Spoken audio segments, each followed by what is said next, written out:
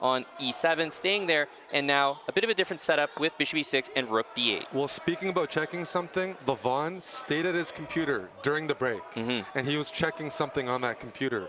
Hikaru, he left. Maybe he has some help outside. Not sure, but Levon was definitely checking lines before playing this. Makes sense. You don't want to just go in and play the exact same way. Levon, he's also playing this clearly, Eric, for a win, right? He's doing it because he has some idea. He must have liked the position that he got in that first game, and for good reason, but it kind of got away from him. In this match situation, the problem is if you don't win this, right, maybe you make a draw, it turns into a Hikaru Nakamura 2-1 lead, and then Hikaru will have the white pieces in the last game. Is that a situation you want to be in as Levon Aronian? Definitely not. And we saw in the first game, Levon played this line. Hikaru did get his chances. He gets his chances no matter what color you play against him. But for sure, you want to use your white pieces. Levon is a very confident, ambitious player. He's going for everything in this game. Yeah, h6 played, taking control of that crucial g5 square. Now this rook on a4, a little bit peculiar, but you know, it does prevent the bishop on f8 from developing to the b4 square. And if bishop c5, maybe you can continue knight e4 or pawn to b4. The bishop is kind of relegated to that e7 square. The problem with maybe a bishop on the e7 square is perhaps that's a square your knight wants to use. So the rook on a4 is doing a little bit more than you might think. Yeah, I have to say I'm really not used to this type of setup for white, but that's rapid chess. You can play lines, try things that you know your opponent won't have the right amount of time to properly punish or equalize here. Levon is banking on that, but you're mentioning some ideas. Maybe g4 in some position, because when you play rook a4, you take away the b4 square, you take away the d4 square, because Hikaru played an early rook d8. There's many positions where he was looking to play knight f5, knight d4, more exchanges. Now that's not in play. At the same time, white has invested time on the side, playing a4, a5, rook a4. That's 3 moves on the queen side that you don't typically see in a Berlin. So general chess understanding says if your opponent plays on the flank, you play in the middle of the board. Exactly right. Bishop e7 played, meeting the move g4 with knight h4, the only move available, but a standard move here. I wonder, is Levon going to stay solid? He sometimes went for the move h3, just slow moving. I'm really wondering what he's got. What's his big idea in this opening, Eric? Because so far, I have to say, from Hikaru's perspective, he has to be fairly satisfied. That first game did not go that well out of the opening, but Hikaru is so resourceful. He made it look like he was fine the entire time. I think Hikaru is pretty comfortable so far handling Levon's unorthodox a4, a5, and rook a4 idea. I think so, but then I also understand Levon's idea. He might not have a big idea. His idea is simple. Avoid typical Berlin positions and avoid easy exchanges. Rook a4 takes away knight h4. Knight a4 is a standard move in the Berlin, so Levon just wants a new position with as many pieces on the board as possible. Because, yeah, we're looking at a position where the queens are off the board. You can't afford that many exchanges. Rook a4 at least put it, dampen that. Now b5, though, that's a bit more forceful than what we've seen. It certainly is, and I think that this is exactly what Levon wants to see. Maybe he just put Hikaru in a position where he said, okay, I'm not going to do anything, and it's kind of caused Hikaru to lash out. b5, it does allow maybe rook a7, one of the first moves that comes to mind, hitting the c-pawn. It should need to be defended, maybe rook c8, and then you're taking pieces away from the middle of the board. g4 is probably coming soon. Rook a7, I don't think Hikaru is too worried about playing rook d7 or rook c8. My question is, how does white optimize their pieces? Currently, the pieces are not optimized. The knight on f3 doesn't have a square. The knight on c3, it can't go to b5. It can't place itself on d5. It can go to e4, but even when it goes to e4, the next moves, f6, c5, g5, they're all covered. The Berlin is a very tough defense to break through. I'm really wondering where Levon is going to place the pieces. What's one idea? The knight on c3 goes to e2 and it finds a home on f4. Knight e2 to f4. There's also this idea of playing g4, and if knight h4, which of course has to be played, takes, eventually you want to just build up a position where you play f4 and f5. It can't happen right now, but for example, bishop e3, maybe bringing the rook from e1, perhaps over to a1, rook a7, f4. I see a position where the rook on a4 is useful. If black plays h5, which is sometimes played to open up the h-file, target those pawns, I have pawn to g5, and the rook on a4 can just capture that bishop on h4 next move. I like that variation. Yeah, h5, g5. You'd almost never expect a rook on a4 to play a role like that. But if it discourages h5, then you start to think, what's the next move for Hikaru? Because in the Berlin, you're not usually castling, right? Your king is in the center. It is an endgame. So you're not looking to necessarily play castle because the king would be far away from the action. Bishop b7, that's smart. Yeah, he wants to play h5 and doesn't want to deal with g5. I wouldn't be surprised to see the h5 move now. Of course, bishop d5 is available because the knight moved, but you know, what is it accomplishing?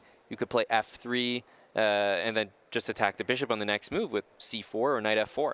Yeah, h5 is playable, and it's unclear who that favors. Yes, there's positions where black plays h5 and takes on g4 and has the h-file, but there's limited material on the board. Can black actually use that h-file effectively?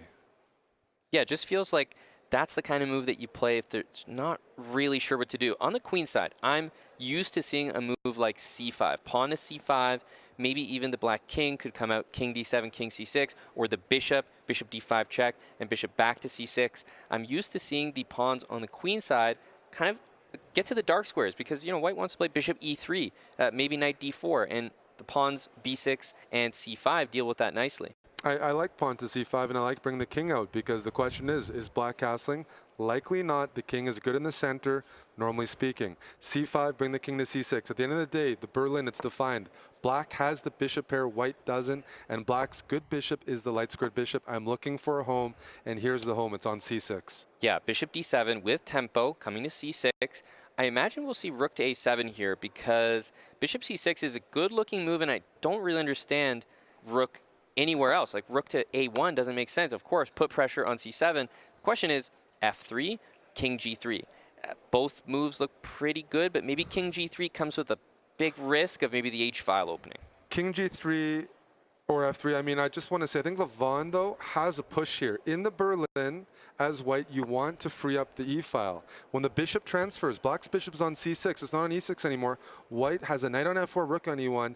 The e6 move is critical to look at because that could make life very uncomfortable for black on the e-file. And also, if you ever kick away the knight, in some positions it can even hop over to h5. If black plays something forceful like g5, I can play knight h5. I have squares and I have breaks. Maybe then I play king g3, f4. But this is a dynamic position for Berlin, which is what Levon wants. Yeah, and you're talking about, you know, king d7 to guard the c7 pawn. e6 comes with check then. The knight can recapture. Otherwise, you have to defend passively. Rook to c8. That's not the way that you want to play this Berlin. So definitely an achievement here for Levon Aronian, who's just played f3. The question's back on Hikaru, and he's spending time here. You know, similar to Nepomniachtchi, when he's spending time, it really means that he doesn't like his position or there is something that needs to be figured out. There is. You want, as black, to be able to play rook a8 and contest that rook, but there's no time to play king d7. Bishop h4. Okay, I wonder, is he going aggressive with rook d1, or is this just a I just don't see the temporary fault. Rook d1, I can block. Bishop b5. Okay, I mean, rook d2 looks to be the move that makes the most sense here. And, you know, if you trade the rook on d2, I feel like Levon can actually be very happy with that. Yeah, he still has to solve the c7 problem. But if rook d2, when you trade everything, is there king d7? Or does knight d5 hurt? So rook d2, bishop takes d2, king d7. There might be this knight d5 move, coronating on that c7 square, and also threatening even knight takes b6. Yeah, takes on d2, bishop takes d2. There's also bishop back to d8 to hold that c7 pawn, but clearly looking at that position, Well, knight d5 knight is d5 coming. anyway, and king d7, there's knight takes on b6. Hikaru has problems to solve, and that's why he's almost 2 minutes behind on the clock. His rook on h8 isn't in the game. Look at white's pieces. That knight on f4 wants to swing over to d5. I wonder if there's an idea of knight d5, king c6, where you allow knight takes c7, and perhaps what a find. This move is much better. Oh my goodness, Aman. e6, if you take, there's knight g6. Look at that fork. You were completely right about Hikaru's idea. He was only looking at knight d5 in this e6 move, exclamation mark, because now where do you place your king? You can't take on e6 because of knight g6, but wherever you put your king, it's either hanging c7 or it's hanging f7. Exactly. This move is unbelievable from Levon Aronian. He is up on time here, 2 minutes. He's just played e6. It can't be taken. You can see visible frustration. This is not what Hikaru was counting on. I think he calculated a good line against knight d5, but he didn't anticipate that e6 could be played. The positioning of the bishop on h4 and the rook on h8 allow knight g6. So, Eric, if you can't take this, I mean, also, after I take on f7, I'm threatening knight g6 anyway. You're threatening knight g6, and there's no way to stop it. We might be just looking at a completely lost position. Oh, my goodness. I don't see a good move here. If you lose c7, I mean, that rook's going to take everything, and you can still not take on e6 because of this knight g6. The pieces for white are placed perfectly to pull this move off. And I said, in the Berlin, the main break is the e6 move. Here, flows beautifully. It might be completely lost, but there is a really deep engine idea, Eric. Taking on e6, knight g6, rook to g8, and trapping the knight on h4 with g5. I think that was the only idea.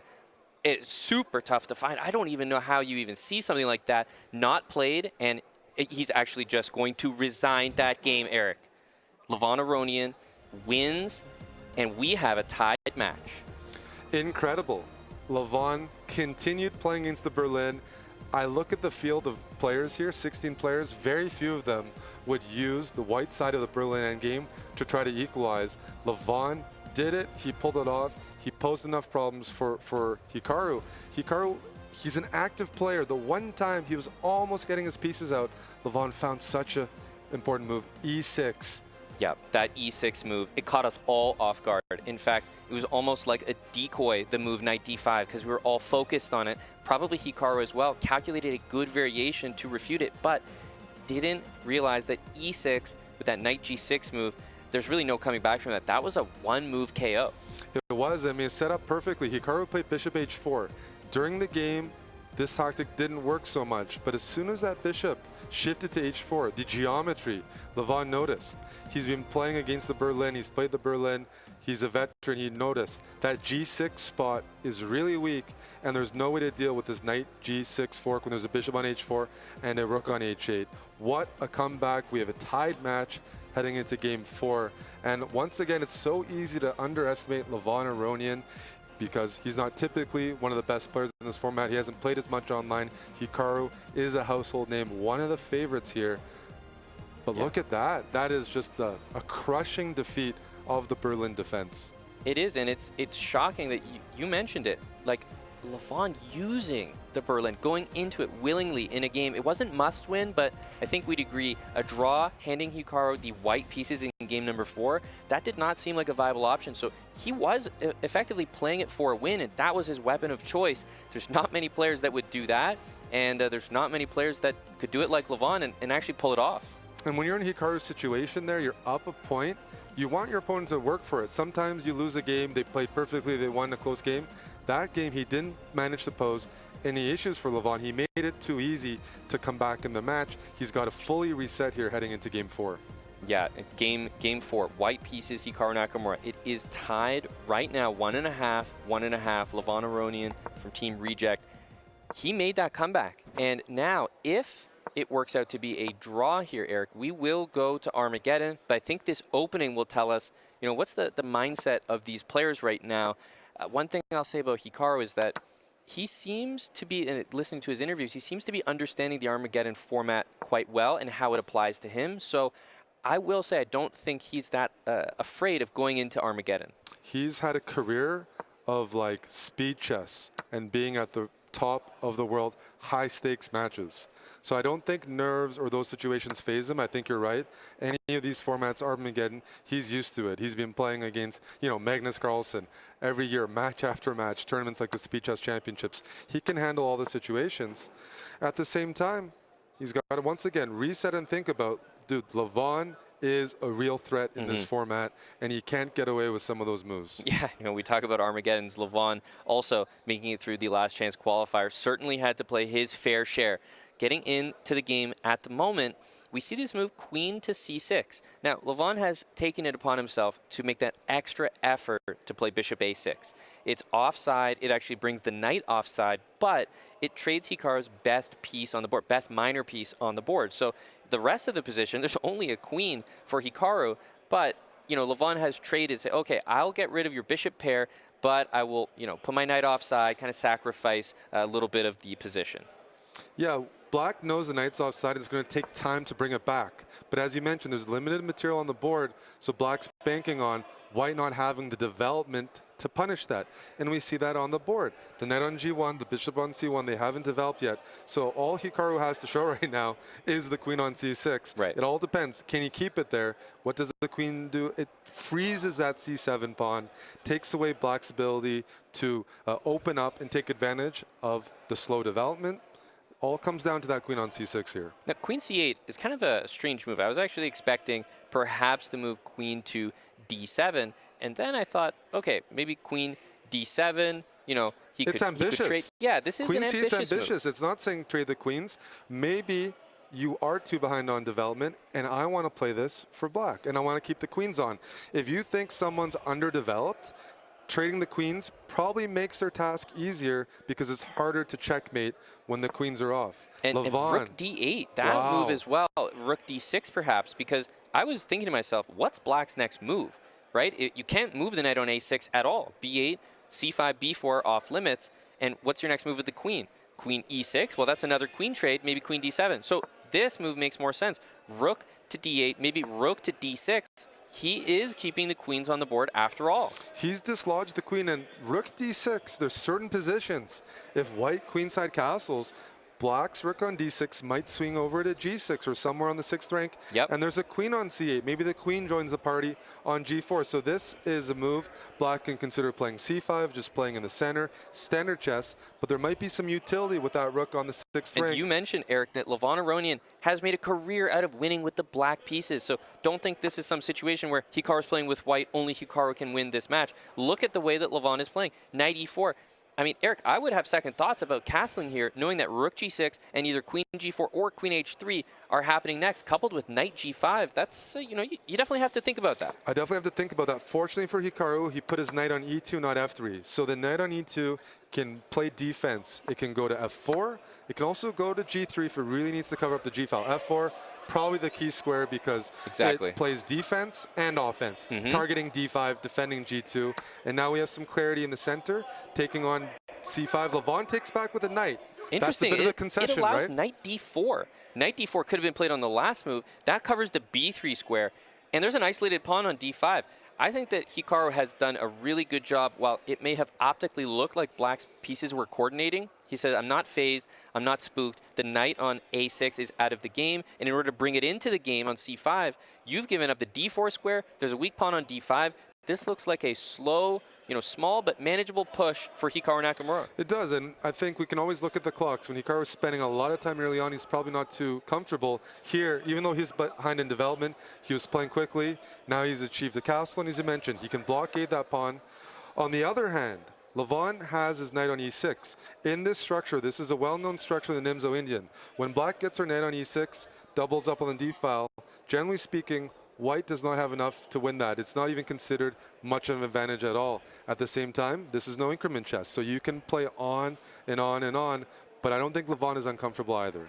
No, the d-pawn can be defended, so it's not that Hikaru can just walk up and win it, but it really revolves around maybe the d4 move. Are we going to see that move happen? The move knight g3 indicates knight f5. Right, knight f5 hits the rook, also brings the knight back to the d4 square. And the other thing it does is it allows that queen on d2 to transfer to the f2 square, and then you can double the rooks on the d file. Because right now there's one piece that's not participating. It's the rook on f1. So I wouldn't be surprised to see maybe knight f5, queen f2, knight back to d4. Definitely, and that's one of the reasons why the knight on e6 is pretty well placed. It targets d4, but also defends g7, because if it wasn't, white would look to play maybe queen f2, queen g3, try to provoke weaknesses around black's king. So far, Levon isn't giving Hikaru much. The game revolves around this isolated pawn on d5. And although you could say that the e3 pawn is just as weak, and Levon could target it on the e-file. There's an extra piece in the position that black does not have, which is the king.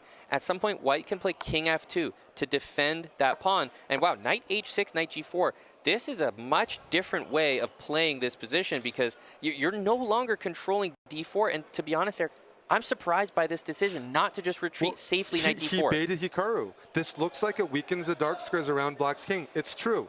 But how does Hikaru take advantage of that? If you give black a couple of moves, maybe I play d4, but on the other hand, I might even play a move like queen e7, play h5, and place my queen on f6 and say, my king is safe. He's baiting the knight to go to a worse square. f6 is surprising. I thought that moves like queen c3, you always had d4. f6. This is surprising. We have to look at e4, allowing queen h6. Yep. What did Levon plan against this? Because this is the obvious move. Well, h5 on the previous move was the one to consider. Has he just completely missed? I don't understand here, Amon. What's occurring? He's got his Queen hand on his head. Check. You can't go king back. It's over. If you go king h8, you take on f6. I don't see a move. f6 hits the queen, the rook, the h7 pawn. Levon had his hand on his head like he completely missed it, and you can see just the body language. We can take the board off the screen, and you know who is winning. Wow. There's that's a one-mover. Safety for the king. That's a one-mover. Levon Aronian cannot believe that he just missed it. You know what? e4. Did he see queen h6? What did he think was the intention after e4? I think he expected queen c3, Eric. It's possible he didn't see that diagonal opening up. He was tunnel vision on the center. Maybe expected only queen c3 because I don't have another explanation. Now Levon needs to think, what's the best way to play to keep myself in the game? He's facing a lost position, but can he come up with some counterplay? Sacrifice his queen for a rook and a knight. Do you put your king on h8 here? And after knight takes f6, you can't even play rook takes d1 because queen takes h7 is checkmate. I think you have to play king h8. King g8 walks into knight f6. End of story. Yes. King f7 walks into queen takes h7, knight h6. There's going to be a checkmate there with rook takes e4 or queen g8. So this is just pure frustration because king h8 should be on the board right now. Yeah, Levon's just trying to stabilize his thoughts, but even if he does, we don't have a move here. King h8, knight takes f6. As you mentioned, king f7. I can take on h7 and even follow up with maybe knight h6 check, and the king gets chased to the middle of the board where it gets checkmated on the e-file. Yep. We're staring at a completely lost position with no counterplay. One of the worst blunders. Levon Aronian has been so consistent this past month during the EWC, and here he's made an elementary blunder. Yeah, and that is a game-costing blunder, a match-costing blunder. He will be eliminated because of it. King h8 is the only move that I can see here, but you can just see the frustration, Eric, from the mental perspective. It takes a while for you to even admit that, okay, I have to play a lost move. He's finally come to that realization. Resignation, Levon and Aronian. Hikaru wins. Wow, Team Falcons. You see the players on camera. Levon is probably telling them, I'm such an idiot. I can't believe I missed that. I thought you'd play this. And Hikaru has to be relieved. He didn't have to work as hard as he probably expected. Levon was such a tough opponent. But at the end of the day, we're all capable of making blunders. And it was terrible timing for Levon to make that blunder. Terrible timing for Levon, who's had such a consistent, such a good event. And let's not forget, coming through the last chance qualifier and making it here. Such an impressive run, but we're talking about Hikaru Nakamura, the winner of this matchup. Eric, you mentioned it looked like it could have gone either way. Levon with an insane comeback to win against the Berlin, but in that final game, Hikaru just... Here, you know, their brand of chess, fireworks. We can expect those high-pressure moments in abundance, and this match will come down to who handles those better. Now, we have seen both of these players handle a variety of situations en route to getting here. Firouzja has had the easier route. He won the winner's match in his group. He's had a little bit of extra rest. There's an argument to say that Nordebek, by comparison, has kind of been put through the ringer a little bit to earn his spot here. Both players say they're well rested, though. Do their different routes to the quarterfinal make a difference here? Yeah, on paper, it's nice to have that extra day that Firouzja has had to prepare for this match to get psychologically ready. But Abdou Satrov, he's going to be feeling so confident. And that extra little bit of rest, helped by Duda's mouse slip yesterday, right, he might feel like it's written in the stars that this is fate, that he's here to stay. You know, both have been Giant Slayers, right? Notebek's on that stage right now after taking down Fabiano Caruana. Right. Alireza Firouzja took down his own teammate, Hikaru Nakamura, on the way right here. And it's go time between these two players. When you don't have names like Maxime Vachier-Lagrave, like Fabi, like Anish Giri in the... Exciting. And yeah, what does Hikaru need to do? I mean, With Magnus coming in fresh after that 24 hours of a break. Getting to the stage for Magnus Carlsen, he cruised through with wins against Nordebek Abdusatrov and Jan Krzysztof Duda. A different storyline for the kid, for the prodigy on the stage. Nihal Sarin taking down yesterday some big giants himself. Momentum is on his side. Wins against Maxime Vachier-Lagrave. Wins against Anish Giri without a single loss. You know, on paper, Magnus Carlsen wins this matchup 9 out of 10 times. Even Nihal Sarin here, looking for that 1 out of 10, and he wants to do it today. Well, like Ben said on the desk, right? 4 draws in 500 against Magnus. You know what? Those 4 draws could come now, right? And that could instantly send Ben into the Armageddon for all we know. The point is, if the opportunity is there, you take it. And Nihal Sarin, Magnus himself said his performance is absolutely incredible. He's gone out of his way to praise his opponent, and it's very weird being on a stage as well where we're talking about a chess prodigy and it's not Magnus, but he sat there himself. This is very exciting. It has the potential to really serve us up a classic. Exactly, and although he does start as the underdog Nihal Sarin, he has the weapons to hurt Magnus. He has the mouse skills. He did it against MVL, some trickery in a difficult position, helping him on the clock. He did it against Anish Giri, forcing Anish to blunder a queen in a winning position, again, due to clock pressure. And if he can cling on, surviving these games against Magnus, take it down to the wire, down deep into the endgame, maybe he'll stand a chance. In the meantime, it's the Catalan opening to start this one. Nihal's best chance in this match would be really trying to get into those time scrambles where both players have got about a minute on the clock and the position is dynamic. It's crazy. It's still got pieces on the board and he's not completely lost in that because Magnus converts that then. For Nihal, it's going to be about building that time pressure, trying to get to that Armageddon. The odds for him would increase. I'll say one thing.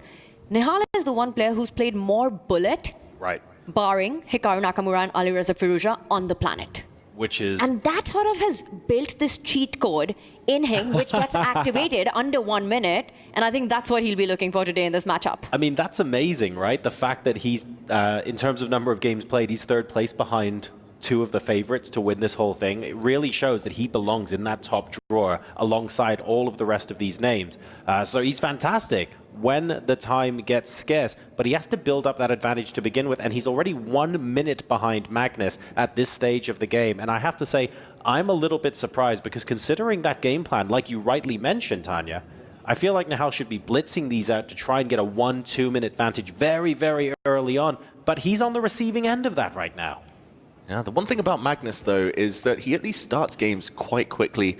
The only time he really slows down is if it's super complicated. There's a lot to calculate. But this isn't one of those types of positions. It's hard, of course, when you start with black. For Nihal, a draw would be a great way to begin this quarterfinal. But the pawn that he went up, Nihal Sarin, is about to fall. Magnus pawn hunting with his queen. It's a queen's gambit accepted in a way. But Magnus is going to remove the word gambit from the equation. On the very next move. And, you know, speaking of trying to build on the clock, it's not easy when you're up against Magnus Carlsen. You also have to balance that on the edge of your sword by not just getting into a position that you're completely lost in the first 15 moves. Sure. Yeah. So you have to play the good moves. You have to keep control over the clock. And that doesn't seem to be going so well for Nihal so far, reaching the 7.5 minute mark. And I still think it's early days. The Catalan, one of the most studded openings, slightly surprised how much time Nihal's taking here. I'm worried that we have some parallels here from the conversations that we were talking about earlier with Nordebek versus Firouzja, for example, where you can be an absolute beast with under a minute on your clock, but to what extent does that matter when your opponent still has 5, for example? And I'm a little scared because that advantage is about to go above 2 minutes, and we're only on move 12 of a very well-studied opening. So I'm curious to get inside the head of Nihal Sarin here and find out, well, what is it he's thinking about right now? What is he planning? What does he unleash off the back of this? Yeah, he unleashes this move, a pawn sacrifice of his own, and Magnus reacts there on the camera. This one is a pawn sacrifice in two different ways. Can be captured by the queen, it can be captured by the pawn. Either way, there are downsides for white. He does take with the pawn. Maybe if we just go back a move to show what could have happened if he had taken with the queen here, Magnus Carlsen. The black knight would have jumped into b3 with a nasty fork. This one devastating the black knight, snacking on the white rook in the corner next move. Instead, taking with the pawn comes with downsides as well, as we see Nihal has jumped into the center with his knight, and the white pawns are wrecked on the queen side, all isolated, all weak, long-term, short-term. This is a great way to fight against Magnus in the opening. Go direct as Magnus swings his queen across. Already a question mark from the world number one. Magnus going direct as well. Yes, I see the question mark, but again, a very human approach, right? He sets ideas of his own. That bishop from c1 is now about to snack on that pawn on h6 as the g7 pawn was pinned, forcing Nihal Sareen to fight against that threat. He does attack the queen, which feels a little vulnerable. Magnus, did he rush through with that square? Yeah, Magnus rushing. Nihal closed his eyes there, leant back. I don't know if he was taking a short nap, whether he was meditating. That is a feature of some of the modern generation. This meditative state they go into, just stay in this kind of trance, just remove the nerves to stay focused, stay present. I will mention there is a bit of a dynamic here. Nihal, compared to some of his compatriots, like Gukesh, like Pragnananda, like Erigaisi, hasn't faced Magnus that many times. I was looking through games between these two. They are few and far between, mostly in speed chess. So some experience there, but often you need to have experienced those devastating losses. You need to kind of believe with a first win against Magnus that you can do it again. But Nihal, he's doing this for the first time. First little bit of a think there from Magnus, eating into that time advantage, which was up to about 2 minutes, now shrunk to closer to 1 minute. Queen h5 played, but continuing to hunt with the bishop moving back to the back rank. He does, and he makes that move pretty quickly. And to your point about, you know, his teammates, his compatriot, I will point out that Nihal Sareen was the first Indian prodigy to break out into the scene.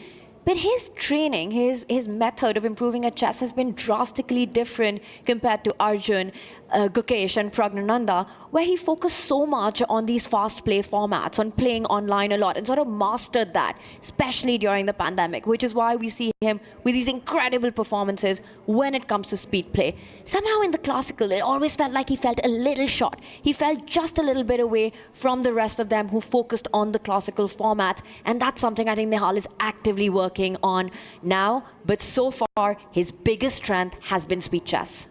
And it's paying off so far in this game. The Black Knight has been happily gobbling up, like Pac-Man, all of Magnus's pawns. Suddenly it's Nihal. He started the game a pawn up. He gave a pawn back. He gave another pawn. He was a pawn down. Now he's a pawn up again.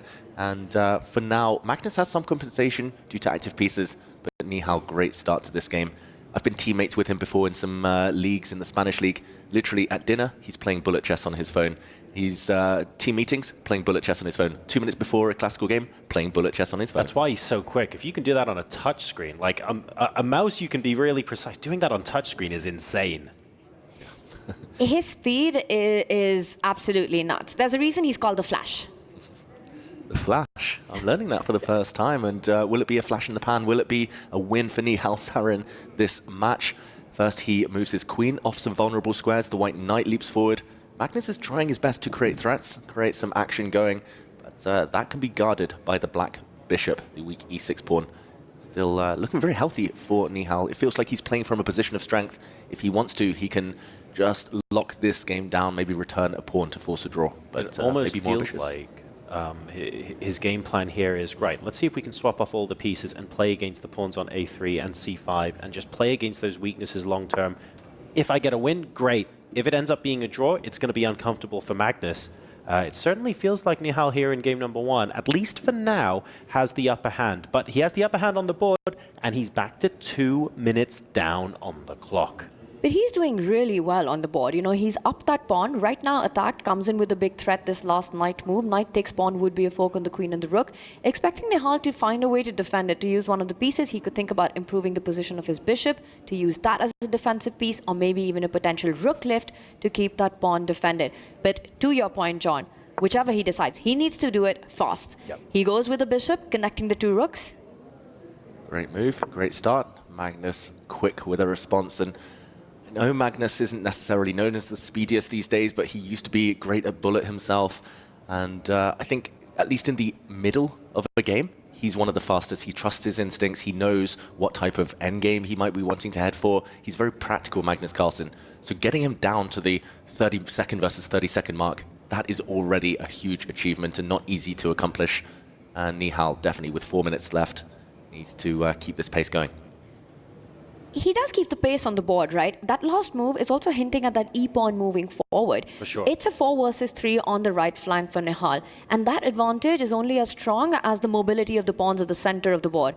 So it's something that Magnus has to worry about. Once that pawn gets to E4, it's going to shut off the light squared bishop as well. Magnus Carlsen improves the position of the king. Are we going to see the pawn advance? Ooh, very subtle play. I'm going to say very professional from both sides. The king positions not entirely comfortable, so they get ready. Just kind of keeping each other guessing. I think your move's going to land very, very shortly, Tanya. The black e-pawn is about to push, but Magnus might want to either brace for impact and get ready to reply, or start the action himself before Nihal is ready.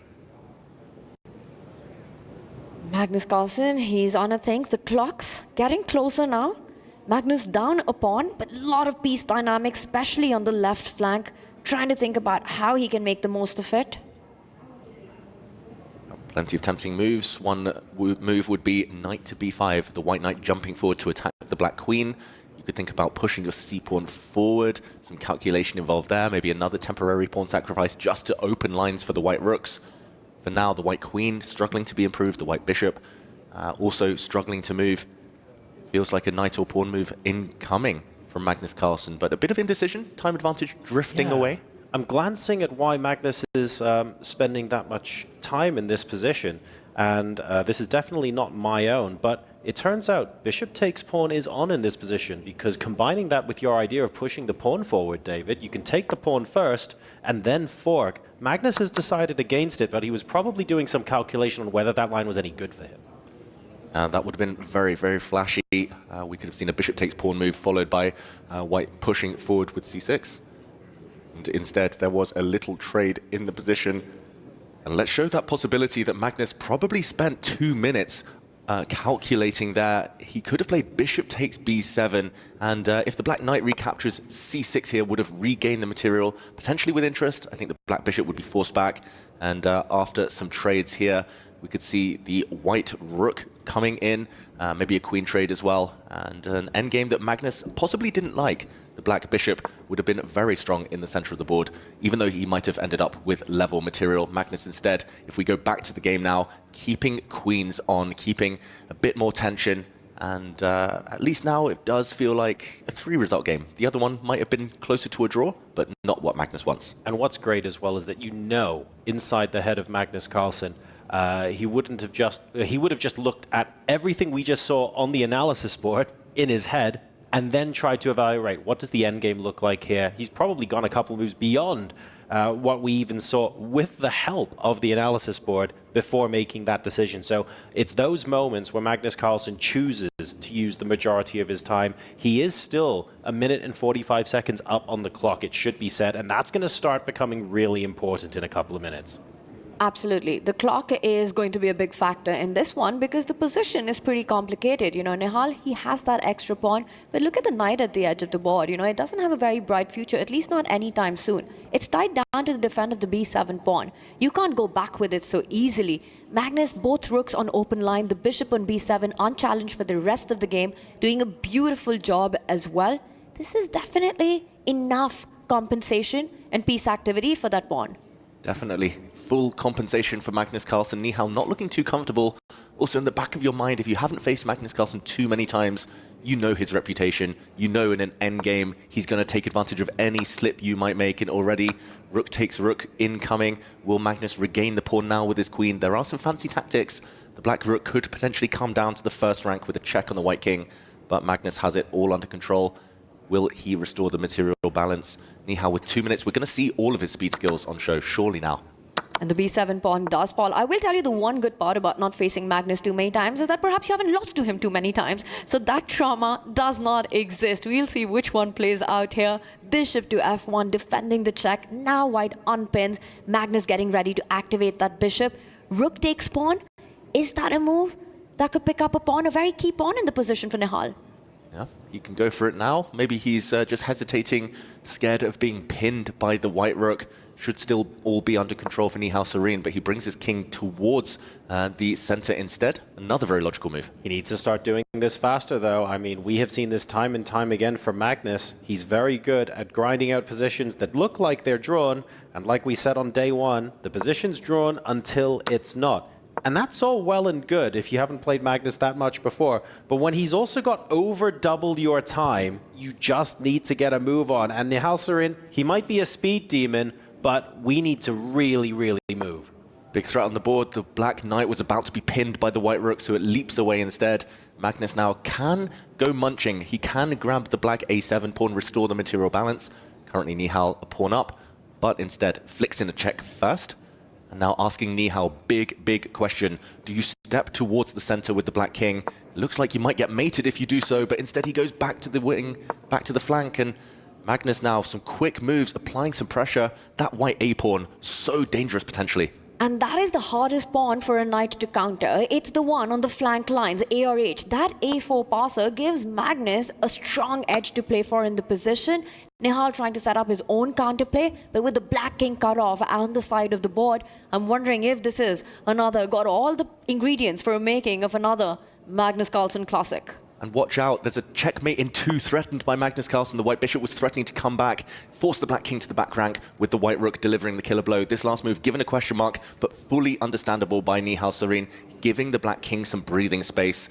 And right now he's down a pawn, but the black rook, black knight also eyeing up a pawn of their own. But this is where Magnus has the opportunity to turn a screw. He smells the opportunity. Actually makes the wrong move in this scenario, but crucially, it's 3.5 minutes, plays 1 minute. There will more likely than not be additional chances for Magnus here, even if this one is a missed one.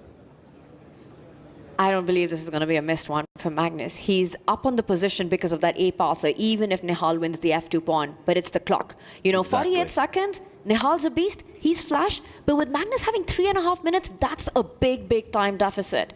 Huge moment. Magnus can win on the spot, but he has to find a narrow path. He has to start with a rook check, forcing the black king onto a light square. Then the white bishop would have come and checked the black rook. Instead, he misses it, Magnus Carlsen. He's going to give back his pawn. It's a 2 versus 2 situation here on the king side in terms of pawns. Dead, drawn endgame, but no time for Nihal. Bishop takes knight, get the bishop and the knight off the board. Why is he thinking? Rook takes pawn has been played. For Magnus, he has to run away with the knight. Magnus, is he wondering whether to try and flag Nihal Serene here? He could offer a draw as well. This is a dead level endgame, but Magnus with that moral decision to play on time against his younger rival here, or to keep going, and wow, he gives up a pawn, Magnus Carlsen, in his quest to try and win this game. He's playing to flag. He's down a pawn. He's going to try and create chances against Nihal's king. Nihal, he's done everything in his life to show his speed skill. Right now, this is where it all has to come together if he has to survive this. It's crazy Magnus missed the rook h7 check, bishop f7 check, and taking the black rook earlier. He would have forced a bishop versus knight endgame. Now it's a dead, drawn rook endgame. It's all about the clock. Nihal Serene, 30 seconds. He's going to show us why he has this reputation as the Flash. 2.5 minutes for Magnus. It's a 2-minute advantage. He's running through. Nihal with a smile on his face. He knows that Magnus is coming for his clock. Wow, and the pre-moves will begin. You cannot trade rooks as Magnus Carlsen. That would guide the game towards a draw, and we repeat the position. Magnus agreeing to the draw reluctantly there. Maybe not realizing it was a repetition. Nihal escapes. Opportunities there for Magnus Carlsen to turn the screw, but game number 1 ends peacefully. This is excellent tension we're building in this match. Nihal Serene maybe has escaped a little bit here, but it also gives him an excellent opportunity to try and strike back immediately with the white pieces. What a fantastic start to the showdown we've got in an endgame with 28 seconds to survive against the good, against the world number 1. It's not an easy task, and Nihal shows that he's up for it. He's up for this fight. With the black pieces, getting a draw in game 1, has to be feeling good for the Indian prodigy. That was a dream result for Nihal Serene, especially the way it happened. Very uncharacteristic from Magnus to miss some winning moves there in the endgame. He could have actually won by force. It wasn't even that tricky. Magnus had 3+ minutes on his clock. Magnus was actually playing on the clock, maybe not being so objective in his decision-making. Very odd. Who would have predicted it? We would actually have thought the other way around, Nihal applying pressure on the clock. It is one of those situations where pausing at the right moment as well. You have 2 or 3 extra minutes on the clock. You still have to choose and decide when to use them. So maybe it was a little bit of a surprise that in those situations where Magnus potentially had the big advantage, he actually played quite quickly. It's also the feeling, right? You want to play on your opponent's clock. You don't want to give them those extra seconds to be able to think. So you rush through and you miss that one window of opportunity that you had. But as David says, Magnus doesn't usually do that. It's perhaps the storyline. And Magnus just takes a little bit of time to warm up. You know, if you have to strike against him, you need to do it in the first half of this match. Once Magnus finds his rhythm, once he finds the liquid flow, that's going to be tough. Nice, nice there, Tanya. And yeah, Magnus, he himself would describe that missed opportunity as sloppy. He is his own harshest critic, Magnus Carlsen. He knows that was a missed opportunity, but he's also a master at resetting. And here we see a slightly offbeat D4 opening as Black sets up with a Fianchetto, now trying to strike at the white center. I guess we would call this a Torre attack with White's Dark Squared Bishop coming out with an early pin. But yeah, Nihal Serene, he is known to surprise his opponents early, play these offbeat lines and hope to absorb pressure and use his clock skills later. I'm going to say that Magnus, maybe it's just match strategy beforehand. He knows the clock is Nihal's biggest weapon. Maybe in his mind, he's like, just blitz. Keep that 3-minute buffer. It's also a little bit of a test as well, right? I think it not difficult to see that a lot of people say Nihal's speed is his greatest asset. So in game number 1, it makes sense for Magnus to be probing, to be testing, to see how quickly can you actually move, can you keep up with the speed that I've got in the tank. And psychologically, maybe that's advantage Magnus for the match, because Nihal's now realizing, okay, I can move really quickly when I need to. I showed that at the end of that last game. That was fantastic. But I need to get into better positions over the board before that becomes necessary. And although he allowed that kind of accidental repetition at the end there, Magnus, do you think, Tanya, he would have been able to flag Nihal Serene with just rook and pawn versus rook and pawn? Nihal had just over 30 seconds. Do you think it would have been possible for Magnus if he'd been a bit quicker, a bit wilier on the clock? You know, who knows? It's a really tough call because there's also the 50-move rule. At some point, there would have had to be a trade. But 28 seconds, I mean, to survive that, Nihal would really have to be on his A game. Hard to predict, but if I had to, you know what? I'm going to say Nihal would have survived it. And he did survive in his own way in the end. As we see this position, not too much has changed, just one set of pawn trades. Black is camped out on his first 3 ranks. And very, very solid. Hard for White to step forward. No pawn breaks imminent for either side. It's a maneuvering battle. And you know, who knows? We might be in a similar situation at some point in this match. It's just getting started. We're just in game 2. It's a best of 4. We might have some more of those crazy scrambles. Bring them on. And we do have to ask the question as well. Who do the crazy scrambles favor? Before the start of the match, we were thinking Magnus Carlsen, accuracy over the board. Nihal Serene, when the time trouble starts, extremely quick. We've been given pause for thought. I wonder if it's nerves or something similar, where Nihal Serene allowed Magnus Carlsen to get up to 2 minutes extra on the clock. And this was in the middle game, long before the time scrambles took place.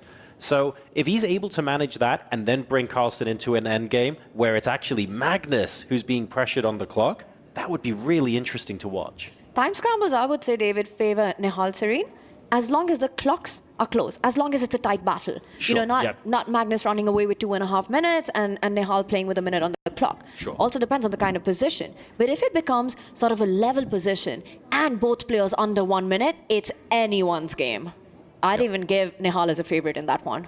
Agreed. If it's a level middle game, 30 seconds versus 30 seconds, I think Nihal really fancies his chances. But Magnus will try not to let that happen. A quick start to this game from Nihal Serene. That's a good thing. These system types of openings, like the Torre attack, you put your bishop on the same square every time, put your pawns on the same square, develop your other minor pieces to logical posts. This lends itself to speed. You can pretty much pre-move your first 17 turns, as Nihal has done here. It's cost him a little bit of time, just over 1.5 minutes. But ultimately, You have no weaknesses. Very difficult for the opponent to find a plan. You bide your time for later. And I've seen Nihal do these openings, these unorthodox, slightly offbeat lines so often in speed chess. And the reasons that you explain, it's exactly that, right? You need to know the plans. You need to know where to put the pieces. It's not as much about direct lines here. Sure. So you can get those first few moves in super quickly and then just ask your opponent, do you know how to proceed in this position with black, especially when you're slightly cagey? Not a single pawn for Magnus beyond the third rank. Well, let's spend a couple of moments talking about that right now. If we could pick a couple of pieces for their positions to improve, where do we want to Repetition? Is this the moment? Already? Magnus is offering a silent draw here. If the white knight goes back where it came from to attack the black d6 pawn, the black queen would then likely move. And Nihal says no, that would have been the third time they'd reached that position. It would have been a draw. Nihal, brave move playing on. So gutsy by Nihal, you know, in a level position. Even the clock time similar. Nihal says, I want a game. Because when you're playing against Magnus Carlsen, you have the white pieces. You need to make the most of every single opportunity. Maximize the chance of playing white. And Nihal knows he's got the space advantage. He knows he's got those extra seconds on the clock. It's game on. A bold decision, Magnus amused. Magnus smiling there. He's like, please respect me in future, kid. But I think Magnus enjoys being challenged. He loves seeing these young players take him on head first. It's maybe Magnus was aiming for psychological torture, but I feel like Nihal Serene has gone, no, absolutely no way. I want to take the bull by the horns here. Absolutely love to see it. So now, in this position, where do we want the pieces to be on the board? Let's talk about key themes and ideas for white and black. What are we looking to accomplish, say, 5 to 10 moves from now? Yeah, the white pieces need to improve. I think for black, it's clearer to see which pieces aren't well placed. I'm going to point out the black queen, stuck in the back rank, not looking great. The black rook in the corner, therefore a bit hemmed in. The white knights look like they have a lot of potential. First, the white bishop is going round, maybe to the b3 square. The white knight's coming forward. Watch out, the black queen in the meantime, making a bit of a battery. No threat yet. The g2 square is defended by the white knight. But ultimately, it is about jockeying for position right now. To my eyes, it looks maybe easier to play with black, but white, great centralization so far. And he makes another bishop retreating move right now, and Magnus continues to improve the position of his pieces. You know, when you've maximized the placement of your pieces, then you start thinking about pawn breaks. For Magnus, one of them does exist. It's a thematic idea in such structures to push the b pawn. b5 is something that's always in the air to try to gain some squares, to try to liquidate, sort of a minority attack, a 2 versus 3 on the left flank. Sure. You try to target it with that b pawn. So it's, look, easier to see black's position improving here. And you can see with the bishop to g7, black's pieces compared to a few moves ago already looking like the pieces are a little bit more coordinated. Where do white's pieces want to be? Like, what's Nihal aiming for here? Well, he's doing the same, right? Get the rook to those central lines. He's also inviting Magnus to potentially push the e-pawn forward, hitting the knight, which would allow the knight to a beautiful spot on d4, attacking the black queen as well. Okay. So trying to provoke that to happen. The knight and the bishop eyeing the e5 pawn, sort of paralyze Magnus's knight and rook to defend that pawn as well. The white bishop on b3 will be nicely lined up on a beautiful diagonal, eyeing that tender spot of f7. I think he's done this well. You know, he can think about doubling up on the D line. Again, it looks like the kind of position that's easier to improve for white than for Magnus. Yeah, and it's a low responsibility type of position for white. You're not really risking too much, at least not yet. You're saying to black, yes, your pawn in the center, that black e-pawn, that's the key to the position. That's vulnerable for now. A lot of my pieces are lined up against it. You don't really want to move it forward. That white bishop looking good too. So it's kind of that type of position where you're just waiting, saying, it's your responsibility to do something here, Magnus, and that's going to cost you time on the clock. You know, one of the hardest things for me when I used to play would be that when I've declined a repetition from my opponent, that would just play at the back of my mind. And here, you know, at a completely different level and a different stage, Nihal Serene declined a repetition by Magnus just a few moves ago. How easy is it for a player to forget about that and just focus rather than thinking, what, should I have just pulled the brakes, bailed out, you know, gotten closer to the Armageddon? Yeah, I think in a long game, you would have more time for this to just clutter your mind and for that thought to go round and round, but luckily you don't have too much time on the clock. I think the players will just be calculating here. Nihal spending a few seconds now to come up with a plan. Also, to be fair, when declining the repetition, we got more of an emotional reaction from Magnus than we did from Nihal. I think it strengthened his determination. It galvanized his will a little bit, whereas Magnus was thinking, oh, okay, excellent. This kid's not to be intimidated. Yeah. Great. Now let's do the job over the board. And that's been the fascinating part about this younger generation, right? That they just don't let Magnus Carlsen's name get to their head. They have immense respect for Magnus. They've grown up idolizing him, but they all say, when you face him on the board, you need to forget his name. You need to, otherwise he'll be world #1 for the next 40 years. You absolutely have to. That's, I think playing without fear is the traditional mentality of a challenger to the throne. And if you imagine what's potentially at stake, Nihal Sarin is only looking at what's on the board. But if you think about it this way, a match win against Magnus Carlsen at the Esports World Cup, that is an incredible feather to have in your cap. And he does have the opportunity to do that right now. That would be by far the highlight of his career, Nihal, and also by far the longest think of the game from him. But long think, wrong think. He's traded off a set of pieces. But look at this. The White Knight now kicked to a bad square. The Knight has no central squares to jump to. You cannot block the D-file because the White Rook needed to defend its bishop. But now we see a trade. That White Knight sidelined, looking horrible, almost trapped. That was a horrible decision from Nihal Sarin. He was overthinking it. And he took about 2 minutes, like you said, to make that move and played the worst one of the game so far. Magnus now, all his pieces, slowly and surely coming forward, now challenging the D line as well. That knight's headed to the D3 square. Knight D3, block the connection between the two rooks, win the open line. He was so patient for so long, Nihal Sarin. He was playing so well for so long. He just needed to sit, wait, and ask Magnus what you're doing. Instead, he gave Magnus this clear path forward, this clear plan, and look at the Black Knight jumping. Wow. Rook trade offered, but you cannot get greedy here with White. Let's show what might happen if the rooks get traded, and if the White Queen tries to grab a pawn in the center now, we would see the game end abruptly after the Queen swoops in, the White King sliding into the corner, and now the Black Queen can move pretty much anywhere. And the Knight check on F2 is going to be deadly. A royal fork hitting the White King in the corner, the White Queen, White Rook. This would be game over, since the White Rook cannot take the Knight due to a check on the back rank. We're actually headed in this direction. Nihal Sarin cannot allow the Black Queen in to his position. Oof, tactics now, and you're down on the clock and you sort of walked into it. And that's a frustrating thought for Nihal Sarin right now. You know, again, the flashbacks of a declined draw offer and then taking this long thing and landing yourself up in this position. He's on the defense.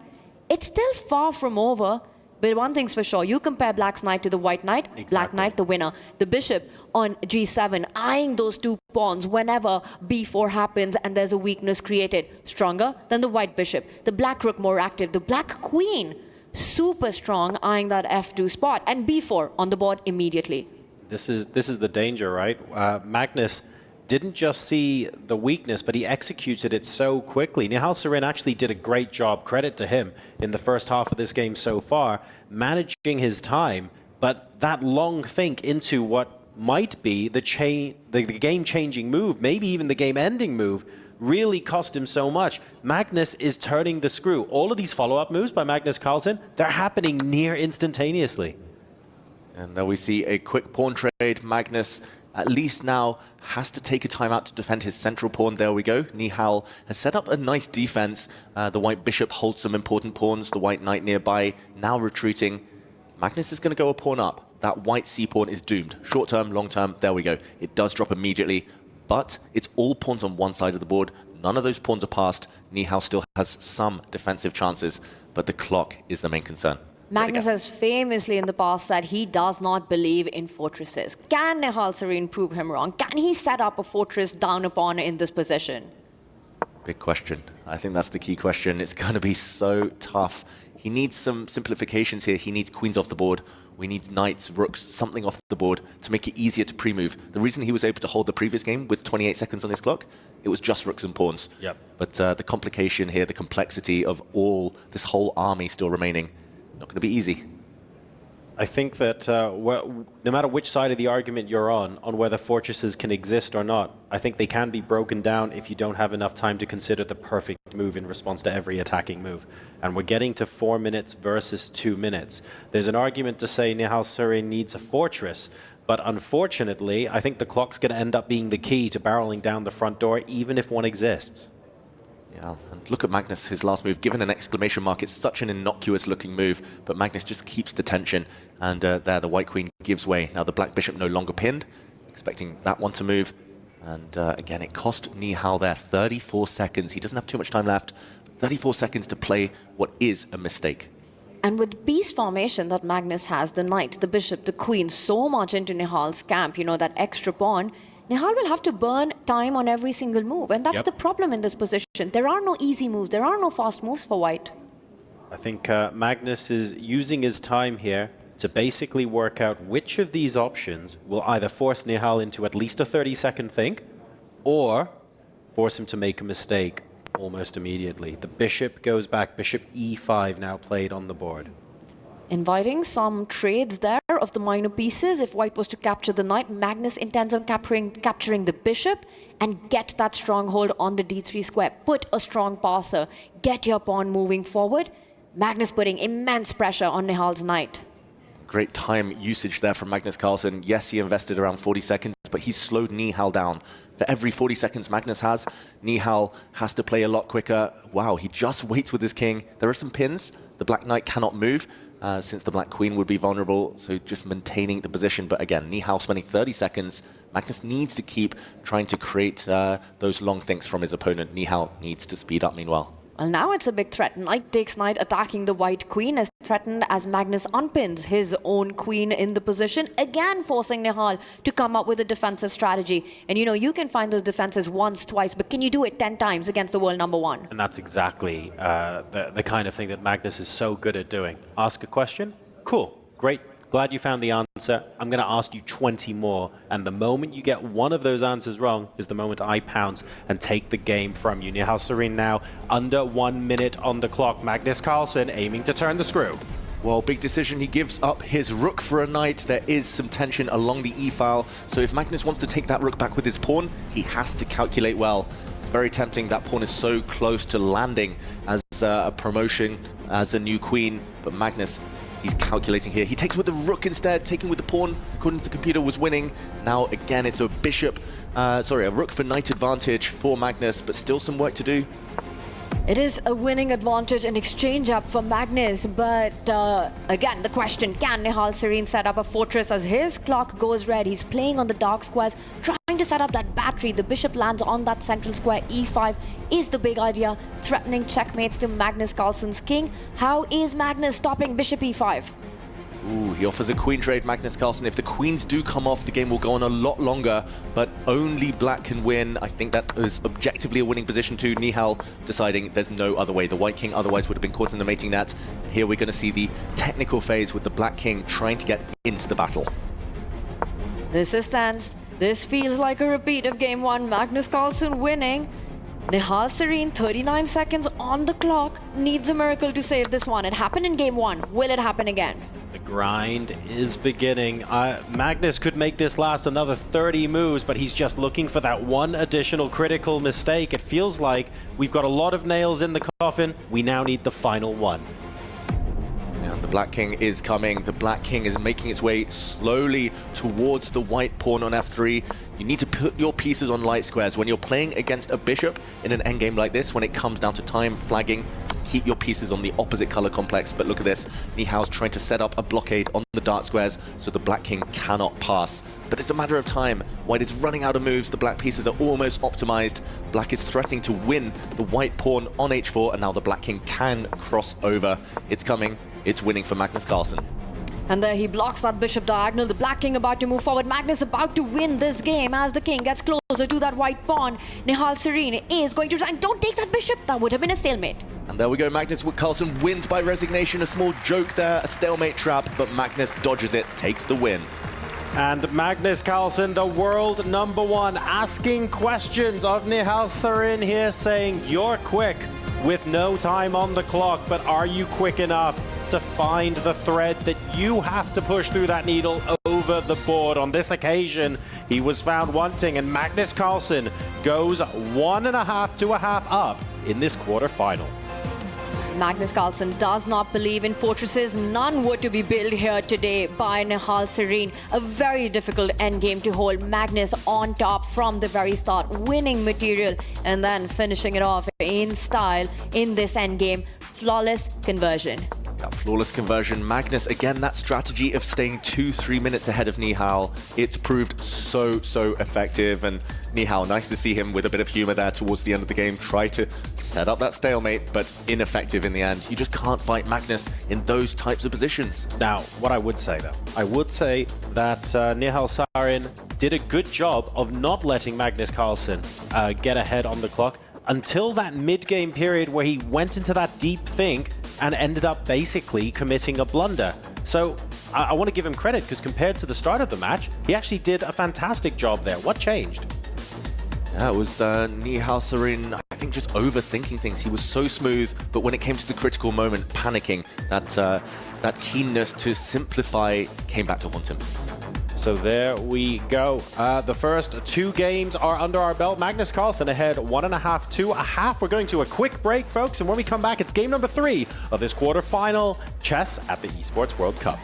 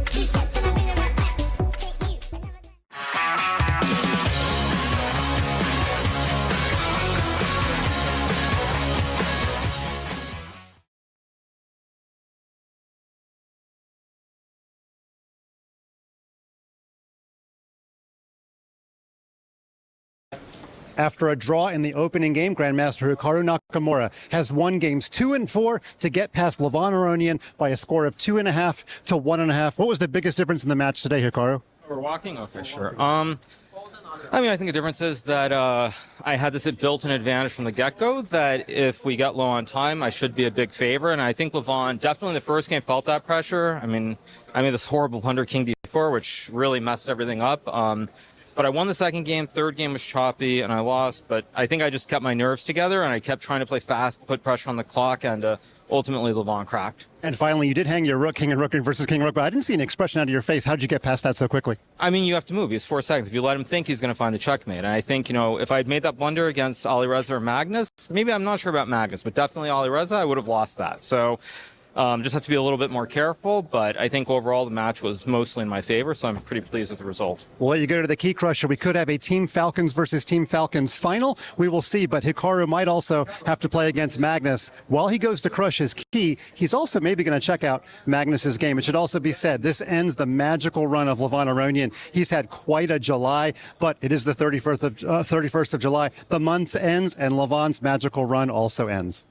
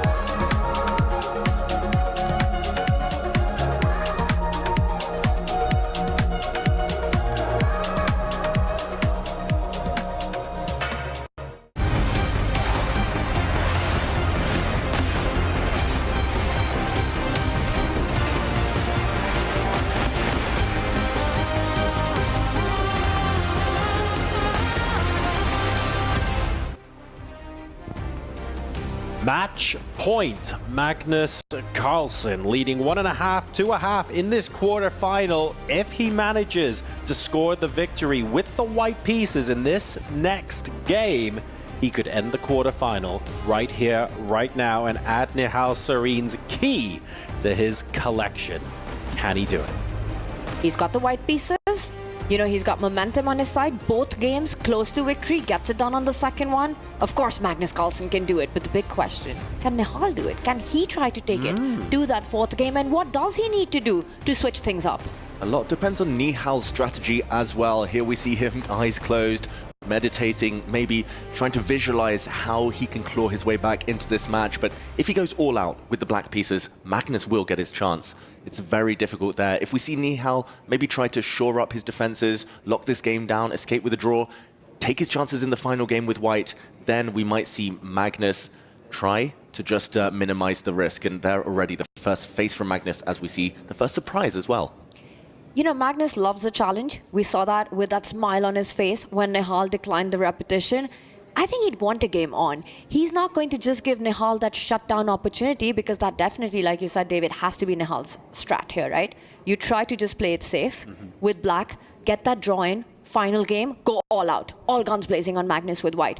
I think Magnus will play to try to wrap this up in 3. That's his style. I've revised my what am I looking out for in the middle game. Previously, I said, okay, it's all about whether or not Nihal Sarin can get that clock advantage on Magnus Carlsen. I'm gonna change that based on what we saw in the last game. I'm going to say it depends on what both players do with their first deep think. Because if we don't see an amazing advantage, or maybe a really, really cool complex continuation that puts Magnus in the tank, then that deep think would have been for naught. So I want to understand when Nihal is choosing his moments to use that time, and whether he can do that effectively here against Magnus. He's going to need to do that if he wants to win this game. 100%. He'll need to invest that time wisely, need to not fall behind on the clock. Good start to this game by Nihal. He's 1 minute up already. Yeah. Quick surprise here in the Queen's Gambit declined. We saw a trade of pawns. Magnus is the king of this pawn structure. He normally prefers it, though, from the black side. We call this the Carlsbad pawn structure, with things locked, at least short term. No real pawn breaks in the middle of the board. And black's light squared bishop coming out. Good news for Nihal. Looks like a very healthy, stable position to build from. That's one of the aims if you're playing black in this Queen's Gambit declined Carlsbad structure, right? You want your bishop on the light squares, but Magnus with his last move is potentially hinting at a g4 to develop, to Fianchetto his own bishop and get aggressive. That could be the other way to get the pieces out. Instead, he targets the bishop with a knight and wins it. He's got an unchallenged bishop. That is the first imbalance of the game. First, maybe of many, but for now, Nihal has to decide how to develop his pieces. We see bishop for knight trade. Black has doubled pawns. That comes with pros and cons. Black's pawns on the g-file mean that the h-file and the rook there is open. So both sides probably reluctant to castle on that flank until a decision is made by the opponent here. Yeah, it feels like who's going to blink first. Actually, this is the best moment for the first castle graphic as far as I'm concerned. I'm looking here going, who's going to blink first in this position? Can you go kingside? Well, actually, opposite side castling and launching a big attack is possible if you miscalculate this. Let's predict. Which way is the black king going? It's Nihal Sarin's move right now. I predict the black king goes the exact same way as Magnus's king goes. Yeah. He goes to the left, Magnus, and Nihal does it first. He gets it on the queen side. I thought there was a chance maybe that Magnus would react to Nihal and choose to go the opposite side, but no such luck. If it was black, black would absolutely respond to white, but it's interesting that black castled first, Magnus still responded in kind. Yeah, I think normally, especially for Nihal, who's behind in the match, you kind of want to wait to see where your opponent's king goes. Magnus, because he wants safety first, he's ahead. He's happy to castle on the same flank. Nihal ideally would have gone the other way, no matter where Magnus has gone with his king. He would castle the opposite flank, but ultimately there were no remaining useful moves. He had to commit, and here we see again the V pawn structure, or white's pawns all on dark squares from the center to that right flank, and the black knight sitting pretty on g4 for now. And it's going to be now about finding plans, right? You've placed your miners where they are. The knight on g4 looking good. The queen on d6 centralized. One of your rook on the open lines. On the e-file center of the board, the rook on h8. Guess what? It's already developed from its starting position. You don't need to move it any further. And if you're Nihal, you need to find a way to either shut down this action, to make sure things remain under control, or create some dynamics. I think he's going to go for the former. He's not going to try to push too many pawns. He's not going to provoke weaknesses. If the opportunities come, he'll take it. But he won't take the fight to Magnus. But yeah, because this isn't a must-win game here, remember. If we draw this game, Nihal Sarin will still go to a game number 4. It is still possible for him to take this tie to Armageddon or even win it in game number 4. It's a must-not-lose game. It's a must-not-lose game, exactly. So we'll see what happens there. The base of the V is being attacked right now. And some questions are being asked of Magnus. They're saying, look, there are ways for you to swap off that knight, but do you really want to use the light-squared bishop to do it? It's such a powerful piece for white right now. I don't think that sort of trade is beneficial. And a bit of a cool trick here from Magnus Carlsen. He's attacking the black knight, and if this knight moves and swoops in to capture a pawn, it will find itself pinned by one of the white rooks. The black queen will be behind it. That would lose a piece for Nihal Sarin, meaning he needs to either retreat the knight or sidestep with his own queen to defend it. That's a nice little kind of two-move tactic from Magnus Carlsen. Chess is all about these combinations, and that's a nice, effective one. It's a two-move tactic that's bought him 30 seconds on the clock as well. That wasn't the longest think of the match, but you string 3 or 4 of those together, and it starts becoming problem territory. Yeah, he forced Nihal to just lose a couple of moves with his queen as well, so costing time on the clock, costing time on the board, and white's queen improves. The white knight might start relocating as well. The white rooks could also find better posts. Nihal's lacking a plan here. Still very much a kind of stable, level-looking position due to the fact there are no pawn breaks, but Magnus surely happy with that scenario. Here's my question. What's the white plan? Are we going for e4 in the medium to long term here? It's always in the air, but first you want to improve every single piece of yours, right? And that's what Magnus does. He does double up on the C line. His queen, he might move it one step forward to place it on an active diagonal. Now Nihal offering some trades, so asking for some decisions here. The one thing you don't want to do is take knight takes knight. That would have ended up in a fork. Pawn takes knight would have attacked the queen and the bishop. So Magnus simply retreats with the queen, now potentially threatening to recapture that knight with his own knight. Yeah, and the plans will reveal themselves later. I think the first order of business for both sides is to try and put pieces on as active squares as possible. It's very difficult to kind of open lines. That is the problem. Here we see trying to close the center, Nihal Sarin. That makes sense.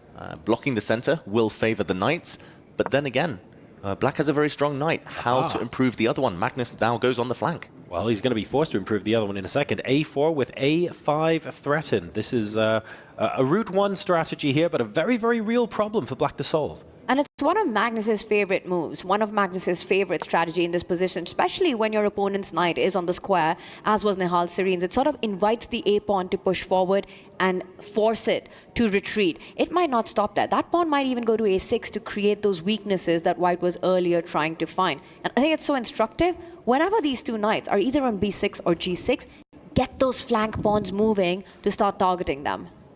Alfie, the A-pawn, marching forward. It's going to act as a battering ram, trying to open up the enemy king. It's always controversial because you do push a pawn in front of your own king as well. And Nihal Sarin has played such a risky move. It's given a double question mark. This could be the match ending. Magnus Carlsen, the position is so blocked. If he doesn't take that pawn, he might not get a second opportunity. Nihal's taking a huge risk. And let's show what Magnus is now calculating. He'll invest a bit of time. We have time, therefore, to show on our analysis board, bishop takes pawn, taking advantage of the fact that pawn has moved forward. And the pawn recapturing would allow the white rooks into the game. This looks over. The black queen is hit. She's going to move forward with a check. But when the white king steps out of the way, the black king is left to its own devices. I don't really see any way to stem the tide here. We're going to see this play out on the board. There's a huge threat of rook takes pawn, and the black king might just be doomed. Let's go back and show. Magnus is going to show us what's about to happen. Checkmate incoming, potentially. And he does fall back in that final position with his knight to defend it. Magnus on the attack. If he wins this, Nihal Sareen will be eliminated. His key will get crushed. The queen about to come into the attack. B3, B6, A7. That's game over. B7 checkmate. Thank you very much. I'm going to the semifinals is what Magnus is saying.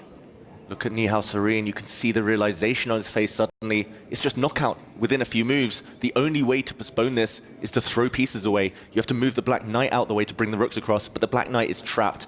Nihal Sareen, he looks devastated. This is his final moments in the Esports World Cup here in Riyadh. It's the final few moves of it, and you can see it on him. You look at Nihal, and that's all you need to know about the position. Queen B3, a square that he cannot fight for, a square that he can't stop, and that would be checkmate incoming. Nihal Sareen knows it's time to say goodbye to Riyadh. He's coming to terms with his position now. Magnus still cool as a cucumber. He was looking a little bit more intense before making that move, and that's because he was busy calculating out, making sure that there's absolutely no rescue. Nihal Sareen looking positively emotional now. The realization of what's happening is hitting him. Unfortunately, his life in the tournament is on the line, and there's nothing he can do now to stop this inevitable victory by the world #1. This is heartbreaking. It's a quiet move, ultimately, that he'd missed. At the end of that variation, it was 3-4 move calculation to get to here, but he didn't realize that just pushing the rook forward and would end in this devastating checkmate. He might be resigning any moment now, Nihal Sareen, as the White Queen coming forward. We'll draw the arrows again to show what's about to happen. This will end the game. The Black Queen cannot bring herself over to that flank in time. She's cut off from the action. And it all came down to that one pawn move. And Magnus Carlsen, it barely took any time for him. Nihal about to resign, and there it goes. Magnus Carlsen makes it to the semifinals. Magnus Carlsen makes it to 2.5 points, and with 4 points on offer, he crosses the threshold needed to advance to the semifinals here at the Esports World Cup. A tense draw in game #1, followed by 2 decisive victories. Well fought by Nihal Sareen, but it's world #1, Magnus Carlsen, who advances. A match in 3 for the world #1. He prevails as he usually does. The chess juggernaut, he rolls on, and these were the final few moments. A beautiful bishop sacrifice, the rook coming in, a small sidestep, only to be followed by a checkmate on Nihal Sareen in the next few moves. And for Nihal, nothing was to be done but to resign. For Magnus Carlsen, he's in a flow state today. It's Liquid Carlsen. Very impressive from Magnus Carlsen. He had chances in game 1, didn't quite convert, but upped the level, went through the gears in games 2 and 3. And yeah, that final blow there, so sharp, he barely even needed time to calculate. Nihal Sareen ultimately tried everything he could, but not much to do against the world #1 in that form. He was making sure we never even got to a point where the amazing time scramble skills of Nihal Sareen were called into question. Magnus got the job done in regulation. Let's go ahead now to the stage and hear from the world #1. Exciting, and yeah, what does Hikaru need to do? I mean, obviously, Hikaru always is one of the pre-tournament favorites, and this format generally favors him. I mean, he's really good in Rapid, of course, but the no increment perhaps gives him even more of an advantage. He said yesterday in an interview, I'm perhaps not as fast as I once was, but he still feels he's faster than most of the players here, especially when they get below 1 minute. And they're off, so we will let the casters have it. That's right, we're going to let the casters come in. It is game time as the players are already off here. Guys, hope you're ready for today's match with Hikaru Nakamura versus Levon Aronian. We're going to bring in Grandmaster Iman Hamilton and Grandmaster Eric Hansen. Yo, let's go, boys. Thank you, James. We are getting set for what will be the most exciting match, Eric, of the day. We're already underway. Levon Aronian, Team Reject, Hikaru Nakamura, Team Falcons, and an opening right here that, maybe for some of the fans, they haven't got their exposure to the Berlin, Eric. Yeah, the Berlin is often featured in classical chess. Vladimir Kramnik used it to defeat Garry Kasparov in his only World Championship match loss. It's known to be a drawing weapon, but what we know about this time format is there aren't many draws. You can have an equal position and the clock is a factor. Maybe Hikaru is also showing some respect to Levon in the sense, let's start off slow. Levon's been doing really well. He's heating up this summer. He's had great results. Wants to see how he's playing, get a feel for the pace, start things slow. Exactly, and this, we've seen some of the up-and-comers, the younger players in the event, Eric, these are some of the seasoned veterans that we have at the top of chess. A4, A5. I have to admit, I've seen quite a few Berlins. I haven't seen too many that feature A4, A5 by white.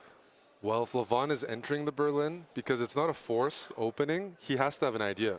Right. The opening has such a reputation. Black is okay, solid.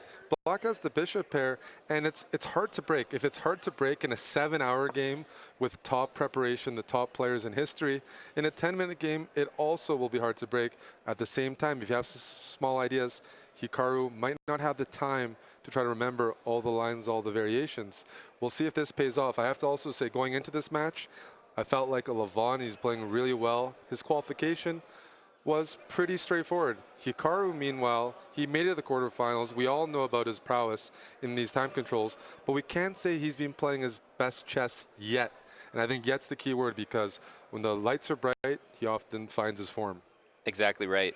You know, he had, a few difficult moments, especially yesterday against Wei Yi, but he's made it through, and that's the thing with these top players. If they make it through, it's not like their form is, the exact same the entire way. Form is temporary, and that can change when he rises to the occasion. Knight d5 has just been played. If the knight captures, of course, the pawns will undouble. So, it's not usually a desirable move, but Eric, there is some idea that you want to exchange and then maybe try to play to exchange the dark squared bishops. If that can happen, you could try to play on the dark squares against Black's light squared bishop, but, normal understanding is not to take and undouble those pawns. No, you take, undouble those pawns, that bishop on c8 slides over to f5. It's easy to find yourself in a bad position as white. I'm curious to see what Levon chooses here, because there's already a big decision. You really don't want to allow Hikaru to take on c3, double those pawns, unless there's compensation. And where's the compensation? At the same time, when Levon plays a4, a5, the way he's been playing the past month, I have to believe he has some ideas. He's going to put some pressure here. Do you think he's maybe just not prepared for this knight d5 move? Because he's really invested some time. He has, in fact, traded, and I think what we might see is a real fight for the dark squares here. That a4, a5 move, a little bit of a claim to the b6 square, which in turn gives you a bit more claim to the c5 square. If the move c5 is not played now, Eric, we could see a position where maybe white plays c3, b4, takes over all those dark squares, and that's the position I was talking about earlier, where the goal would be to trade the dark square bishops. So that makes me think, Eric, that c5 is a critical move right now for Hikaru to consider. I'm looking at c5. It's critical. If you can achieve c5 and then develop, Black's talking about having an advantage. Just castling, 2 bishops, open position, better for Black. I'm curious about the move you mentioned. c3, it prevents Black from grabbing more space with d4. What I really think it sets up is, in the future, some idea connected to pawn to b4. It has to work. The timing has to work out. But if you don't play a move like b4 in the future, where's White's push? Where's White's play? Yeah, exactly right. If you don't play b4, that's a great question. Where does the knight on f3 go? Can't move to d4. Black will probably play h6, so it also can't really move to the g5 square. What is actually going to happen here? I think it all revolves around b4, because b4 also brings the pawn away from c5 and gives the pieces access to the d4 square. So Eric, even at the cost of a pawn, b4, pawn takes b4, pawn takes back. If the bishop captures, you can try to play rook b1, go after the b7 pawn. So I definitely think that this entire setup from Levon is connected to the move b4. It has to be. Black gets the castle, play moves like h6, bishop e7. Black will be better. It's simply The trade and says it's tension on. Let's discuss what happens after rook takes rook, queen takes pawn. That's the big line that's on all the players' radar right now. A very direct approach. Yeah, let's try to guess what's going through the players' minds right now, as the most obvious move in the position is to trade off a set of rooks, and then the white queen can get greedy, grab a pawn on the queen side there. She's got other pawns in her eye line. I'm assuming that the black bishop now is going to jump out and recapture, restore the material balance. And whether white retreats or trades off, at the very end of this variation, we're actually headed there. The black queen has her eyes on some of the white pawns, and just in time to create counterplay. This game still 3 results possible, but maybe this is at least an improvement for Arjun Erigaisi. Hitting the white rook there, the black queen super active. And something maybe for Firouzja to avoid, but we're 2 steps away from that position. And let's see how he tries to press his time advantage, maybe keep the bishop pair. Well, if there's a trade, I think Arjun's going to be the happier one. The line that we saw at least gets rid of a lot of tension on the board. And Alireza is not one to shy away from tension. Bishop to e3 keeps those bishops alive, still eyeing the a7 pawn. Now bishop takes pawn is a real threat as the white queen defends b2. Yeah, I think definitely the more testing of the moves, it might not change the evaluation from away from being level, but definitely much more ambitious from white to keep both of your long-range bishops still on the board. The black knight not really able to get into the action, maybe acting as a defender for now. White's queen attacking 2 pawns. That can be defended. What will he play, Arjun? It does feel like he's playing a bit slower than I'm used to seeing him. Normally he's super instinctive, but clearly not enjoying his position as black. It's the last 3 to 5 moves where we start to see the players diverge a little bit on the clock. Arjun Erigaisi down to 2 minutes 20 versus the 3:38 of Alireza Firouzja. So he's going to have to start playing quickly soon. This is very unlike the Arjun we discussed going into this match, where we said, oh, he just doesn't really get into those positions where he has to deal with the time scramble. Well, right now, 2 minutes plays 3.5. There's every possibility Firouzja forces him into that scenario. There's only one type of position that Arjun feels uncomfortable with, and it's the kind on the board where he's on the defense. He knows he doesn't have the tricks to play for. There's no sort of direct counter offense that he's got, no initiative to fight for. This is a long-suffering endgame for Arjun Erigaisi. These are the ones where I've seen him take his time. Not the ones where there's some crazy battles where normal mortals will just sit and think for 1 hour, but Arjun takes 3 seconds. It's position like these that Arjun Erigaisi hates to play. So we now need to think, what can Arjun Erigaisi do with less time on the clock to solve problems that Alireza Firouzja is throwing his way? This is, this time disparity, prior to the match beginning, we would almost expect it to have flipped. Firouzja now has the opportunity to turn the screw, to further complicate the position, really confuse things with the 2 bishops on the board. That's also the other reason why I think Arjun Erigaisi wants to get a pair of bishops off. We need simplicity so that he can use his time more effectively. Yeah, but he was getting pinned there. The black rook was undefended, so now it parks itself on a slightly improved square defended by a pawn. Those dark square bishops about to leave the board. But if you look on the queen side, it's 2 versus 1. White has 2 running pawns, only 1 blockader for black, and more importantly, the white A pawn promotes on a square that's covered by the light squared bishop. So everything else being equal, dark squared bishops off, rooks off the board. Watch out for those white pawns. They're going to sprint forward, and very high chances they become a queen. First, he gets his king closer towards the center, preparing for that pawn race. Black does the same, but it feels like white is ahead. And meanwhile, black's majority, it's not even moving. It's far away from creating a clear passer. And for Firouzja, the plan's clear. It's playing out on the board. You know, it sort of plays on its own. Push the A pawn, push the B pawn, keep advancing it till as far as you can. And finally, Arjun, he does trade. He goes into that pure bishop versus knight. And the big question, will black's king and knight be in time to stop the pawn avalanche? B5 is incoming now that the bishop assists it. And the other big issue as well is time. 2 minutes 14 plays 1 minute 10 essentially, and the plan for white is plain to see. Now that the bishop is defending the square on b5, you're pushing the pawn. You're pushing it again to b6. You keep going. I think b5 can still be pushed here. I'm not seeing a reason not to keep pushing. So it's really clear, but in terms of defense and in terms of solving the problems, Arjun Erigaisi needs to think more, but he's down to 1 minute and 6. Yep, he's just going to try and bring his king towards those pawns. It's not going to be easy. I've been commentating on Arjun Erigaisi's games for a long time. This is one of the highest heart rates I've seen him with in ages. He's normally down at 60, 70. For him, this shows he is nervous. He's feeling the heat. Firouzja pushes forward with the pawns, the black king moving, but breakthrough. Those pawns can continue to push. Is now the moment. Firouzja says no, he waits, but the white king will soon start making its journey forward too. It could be the white king, it could be the white pawn, everything looking really good. Meanwhile, Arjun, he tries to create some distraction on that right flank. F5 on the board. You want to try and trade off as many pawns as possible, liquidate the position on the other flank so that if you're forced, you can give up your knight for one of the passers. and that's the big hope to try to draw this game. I'm expecting Arjun to continue as well, with the G-pawn moving forward next. First Farouja, he doesn't bring his king forward. Now he does, only after a trade of pawns. Look at that Black Knight sidelined. It has to protect the promotion square for White's B-pawn, but you're essentially playing down a piece. As long as Farouja keeps a pawn alive on the other flank, he should have enough to convert this to victory. 52 seconds in the red now for Arjun Erigaisi. Farouja ticks down 2, but look at that Black Knight trapped. Black Knight's trapped is going to be all about Arjun trying to create some counterplay on that right flank. He first shoulders Ali Reza's king, stops entry, entry denied, pushes the H-pawn. G4 has to be the move right now. You want to keep as many pawns on the board as possible. Wow, big moment. He does push the pawn forward, and the eval bar drops, the most human move, the most natural move.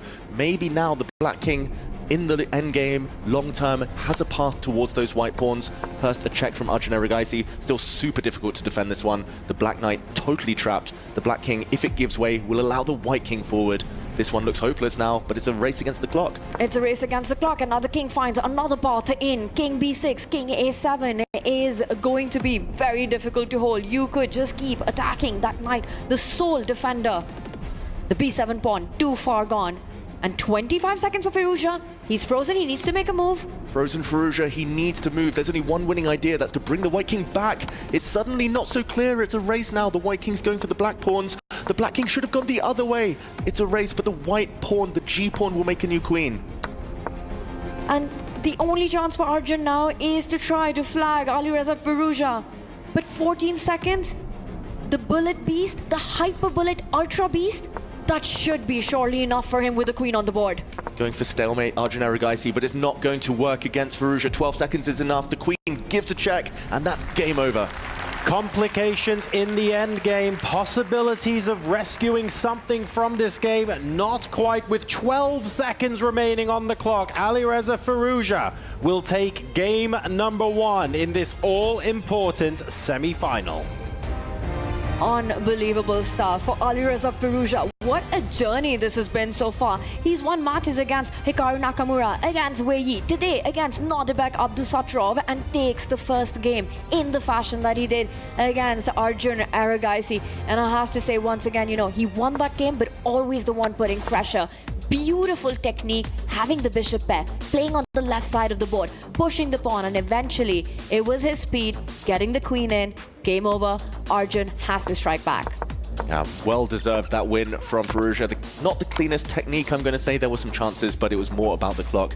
And ultimately, with the Black Knight immobilized for most of that endgame, it was always going to be Farouja as the favorite. And taking the lead now, Arjun has to be quicker, has to try and play more energetically. And look, I think it's fair to say that at various points in that game, there were ways to thread the needle for Arjun to find his way back. The problem is, when you're doing that and you're consistently down on the time against Farouja as well, that becomes borderline impossible. In a classical game, we probably would have expected him to find those routes out of those sticky situations most of the time. But in this format, in this situation, it is that much more difficult. The clock was a massive factor and was used beautifully by Ali Reza, putting pressure on Arjun throughout. And I'm going to say that, you know, Arjun with the black pieces, he just never got his kind of position in that game 1. Now he starts with white. Will he be able to create those early complications, early chaos? And I think one thing we know about Arjun Erigaisi, that loss will not faze him. He's ready for this fight. He's made his comeback from these moments, and he knows every white counts. I'm expecting a crazy battle in this one. Yeah, it's a long match. There's still plenty of games to go. Arjun knows he needs to mix things up. We see an Italian game, and what spice has he got cooked up here? It's an 2 knights defense, and already white grabs a pawn. This is a very, very famous line. It's the knight attack, and the white queen comes out now to pin a pawn on the long diagonal. No, he's not blundering a bishop, since the white queen has her eyes set on this black rook in the corner. This is one of the most tricky lines, tricky openings in chess. You learn it as a child, you nearly never look at it again. But Arjun here trying to test Farouja. How is his memory? Black gives up another pawn, but will he be captured? Black now ahead in development, 1 move from castling. And that line leads to further complication if you do accept the bait, you know, giving up your bishop, giving Arjun the bishop, giving even Alireza the bishop pair. Instead, it's denied. Arjun comes back with his own bishop. He is up material, but far behind in development. Now that's interesting here. Choosing not to take that pawn and instead parking the pawn in front of the D pawn as well. As far as traditional thinking goes in terms of openings, that does seem a little bit counterintuitive. Why did he do that? Yeah, essentially, if he had taken a second pawn, then he would have gone even further behind in development. The white queen would have been forced to move several times. And let's show what just happened. A quick action replay as the game continues. Let's focus on the green board. Bishop takes pawn, check, would have pocketed a second pawn after a recapture. White takes with the check. The black bishop can block. And the white queen doesn't have great squares to go back to. If she retreats to f3, black will castle, and a few moves down the line, we'll see the black light-squared bishop come to better squares. We'll see the rook sidestep here, attacking some pawns, and initiative for black. Big attack. All of the white pieces on that left flank, note, are still asleep. That is the key, giving black great compensation. Hence why he dodged it, Arjun, just not his style. Makes sense, and yeah, not wanting to have to deal with that sort of thing. You mentioned it, you learn it as a child, and now recalling that actually, I'm not sure those kind of complications are something we necessarily need right now. Ooh, and some very interesting knight jumps. We were talking about the laps, the circuits the knights were doing in the previous game, and look at those two black knights. They've already done a lot of work, and they're hunting down white's light squared bishop. Black is a pawn down, but he's castled. He's got a nice stranglehold in the center, and it makes sense because Fallujah last game we were training one of his knights, thoroughbred racehorse, I think. So by game number 2, you might as well put them to the test. Alireza does it this time. Last time Arjun tried it as well, you know, but I have to say, to your point, those stallions are actually looking at some trades as well. That knight on b4 beautifully ties down the white bishop. At some moment, you might even get rid of it and force white to get these doubled pawns, and they're pretty hideous to look at, also especially because it blocks the bishop on c1. Right. First, Alireza defends his own bishop, gets it out to an active square, and of course, speaking of activity, Arjun doesn't fall back.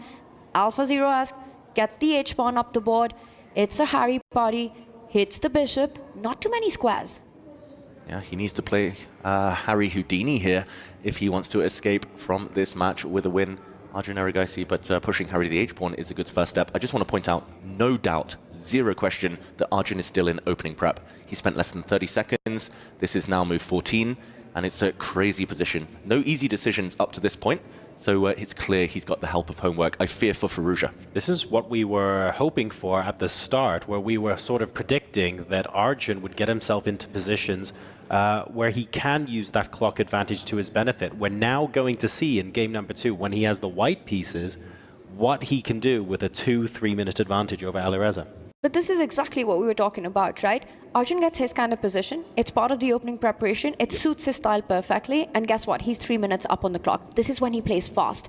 You know, when the ideas for him, moves like h4, are sort of at the back of his hand. He doesn't care about just how difficult it is. He hasn't developed. He's playing for the initiative. He wants to line up the queen eventually on the g file, maybe try and threaten some checkmating ideas on g7, combine it with the knight. For right now, big questions for Alireza. Ideally, he wants to put his bishop on f4 in front of the queen. But then you're really running out of squares. Moves like g3, you need to calculate where you're going next. Very interesting. We saw a pre-move on Arjun's screen. If the black knight had taken the white bishop on d3, he would have recaptured instantly with the pawn.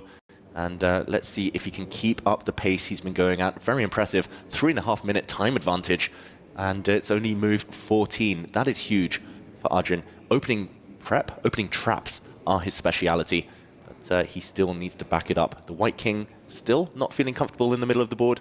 And the white queenside pieces not ideally placed either, so you still need to know exactly what the plans are. Yeah, it's quite frustrating here because the knight on f5, if it moves for any reason, there's really not that many comfortable squares, and you move it to e3 for whatever reason, you can then take the light squared bishop, and the queen might come barreling down the board as well. So white starting to run out of squares for the minor pieces here. Yeah, and the first question, though, is black's bishop running out of squares as well. So whose pieces will run out of squares first? Whose will drop off the board first? That is the first question of this middle game. I'm very surprised because I actually felt that when I was talking about this line, that bishop f4, aren't you just getting a minor piece trapped there?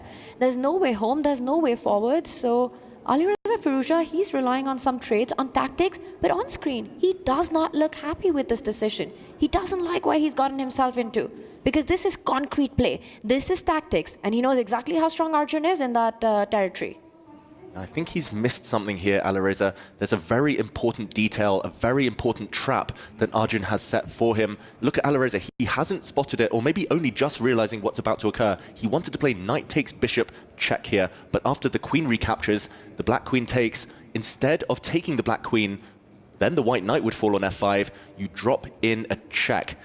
You drop in knight to e7 check first, an intermezzo, intermediate move, the black king moves, then the black queen is recaptured, and when the dust settles, this black bishop trapped, he's about to lose a piece. Alireza, I think he just missed that knight check. He just assumed it wasn't happening, and now he might be about to have to sacrifice a piece and speculate here. In between moves in long lines are the ones that are most missed in chess. And that's a big check if he's missed that one. Now, Alireza does not know that the bar is still level, that it's still fine, that there is a resource that exists in the position. He was relying on the one that would have lost him the game. He still needs to find a way to convince himself that there's a lot to play for. He's fighting a battle in his mind. And what's amazing as well is that when this was played was still when Arjun Erigaisi had 9.5 minutes against 6 something. So he is continuously increasing the pressure on the clock of Firouzja. Finally moves, but with 4 minutes and 2 seconds to go. And that is Firouzja cracking a little bit under pressure, right? Because he did not find the move that would have kept the balance on the board here, David. Yeah, big mistake. The only move, according to the computer, was to bring the black queen out to f6, but that was tricky. It was hidden. The idea is the same. You're counter-attacking a piece. That white knight, as John mentioned, doesn't have too many escape squares, so now he's seeking safety in exchanges here.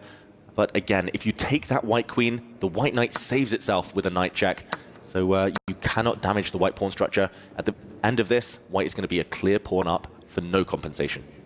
That is a very healthy extra pawn. That's going to be eventually 4 versus 2 on the left flank of the board. There is going to be more trades with the e5, f4 face-off that we're seeing. If you go pawn takes pawn, super happy Arjun Erigaisi is. Develops the bishop, recaptures, gets the king to safety on the left side of the board. This is Arjun Erigaisi's big chance to make a comeback. Huge opportunity. It all went wrong for Firouzja. I think a bad opening choice. Understanding the opponent in chess is half the battle, and Arjun is known to employ these unfashionable lines, but know them just extremely deeply. You cannot take him on in a memory test. And that's what also makes him such a hard opponent to prepare against, right? He always finds these unorthodox ideas, these offbeat lines in a sub-variation of a main line. How do you even get yourself ready for a guy like that? But this was a big opening success, and we are in an endgame where Arjun has an extra pawn, and there is a very, very unhappy Alireza Firouzja. That knight on a5, also not a happy camper. Yeah, that's looking a little bit offside at the moment. That knight will need a couple of moves to reposition to somewhere more decent on the board. And you're right, in terms of opening preparation, in terms of opening trap, Firouzja really in a very, very uncomfortable spot right now. Very similar, actually, to his first game against Nordebek earlier on in the quarterfinal, where it was just opening surprise leading to a huge time advantage. Okay, didn't quite convert, but the principles look very similar to what's going on here. Yeah, first blow, first psychological kind of hit in the opening is so key at this level. Margins are so small, everyone's so good. You need that extra edge, and Arjun got it here. It looks like he's about to strike back. He does strike that black knight, and that allows the white king now to step forward, connect the rooks. Still a clear pawn advantage. You know, we saw Alireza just a little bit reacting on the screen earlier there.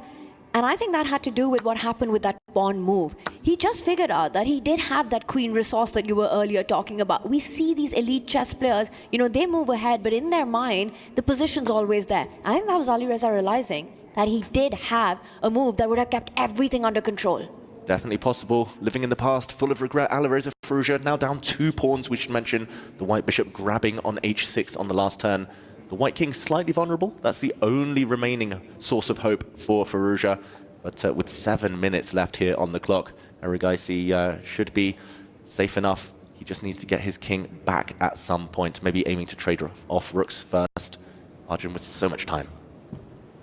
this is a dream position for white. You're up on the position, you're up on the clock, you see your opponent, he's reacting, he's not happy with it, the confidence increases, but it's not over. We've seen crazy things happen in Riyadh. You still have to finish the job. Arjun needs to be laser focused to get that done when he's playing a resourceful guy like Alireza. I'm thinking about what Black's plan could be, how we can convert potentially dangerous position around White's king into something that allows things to be a bit more substantial. And I'm really struggling to see how that's possible in this particular case, because it does feel like White has a really simple, you can blitz this out in 1 or 2 seconds answer to almost every threat Black can create on the board right now. And I think that's a byproduct of Black's trying to do with 3 pieces what White is defending with 4. That knight on a5 again, if that was in a better place to support this attack, maybe there'd be more options available. To your point, Arjun might, Alireza even might, right now he's attacking a pawn on f2, defended. The idea of c4, trying to create those counter chances, the bishop sliding onto f3, it does, hits the rook, hits the knight. There are some direct threats that Alireza is creating in this position. Yeah, he's fighting hard. He is a fighter by nature, and he normally doesn't give up until the final few moments. So for right now, he's landing a double attack against the white rook, white knight, expecting that rook to slide or step up. And yeah, some counterplay. White needs 2 or 3 moves to get the king off the d file, where it's stared down by a rook, to improve the white bishop, which is a bit offside. And if you can protect all your pawns in the process, a bit of a bonus. Whoa, and he doesn't defend because that is a word not in Arjun's dictionary. He instead goes for counter offense. The rook on d8 now under fire. Moved, lines itself up to a2. You called him a fighter. He's fighting this position. You know, one of the rooks against the f2 pawn, the other one against the a2 pawn. First, the white rook needs to save itself. Where does it go? Does it step up the board? Does it slide across? And okay, he's at least tanking a little bit, Arjun Erigaisi. The first hint that he might be feeling indecisive. Nice counterattacks for the second time there, hitting the black rook. And then he saves his own rook. So the white f2 pawn no longer under any pressure at all. And it's very much speaking to not wanting to go backwards, right? Yes, the rook has to move. Is there a way for me to do that in the most aggressive way possible? Knight coming back to g3 with the counterattack to do that, to try and maintain as much of that initiative as possible that white has built up throughout the course of this game. And Black's building up some initiative of his own, getting the knight to the center, but more importantly, hitting on that a2 pawn. I will point out some checkmating patterns that can exist in this position. That white bishop's landing on f6 will force Alireza's rook into passivity, defending the 8th rank. So an idea that you really need to watch out for. And I think he's setting it up. He hits the bishop, he wants to double up on the e line, get that bishop on f6, and then we'll see some infiltration on the 8th rank.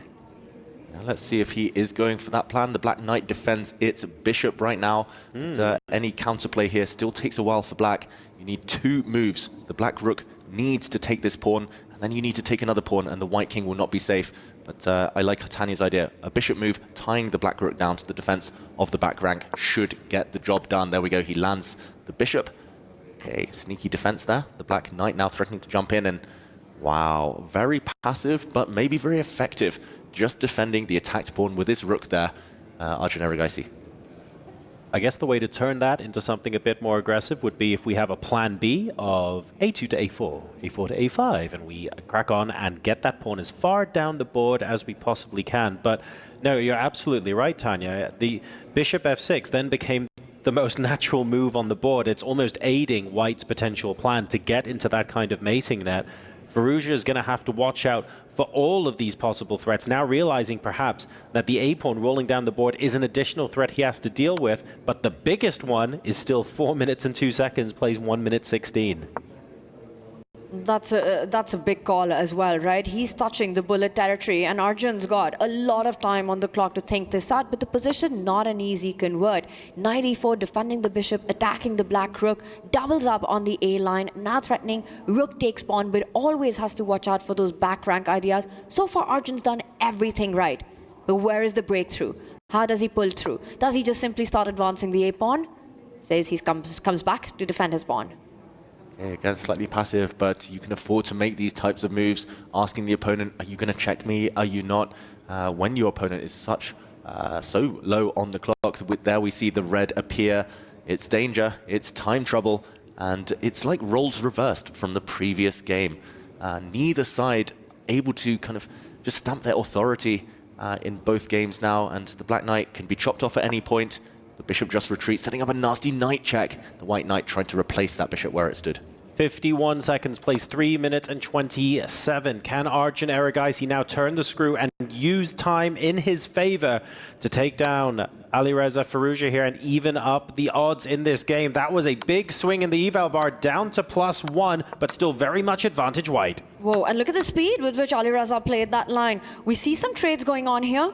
Knight takes Bishop, and the positions level, Arjun Erigaisi messing this up.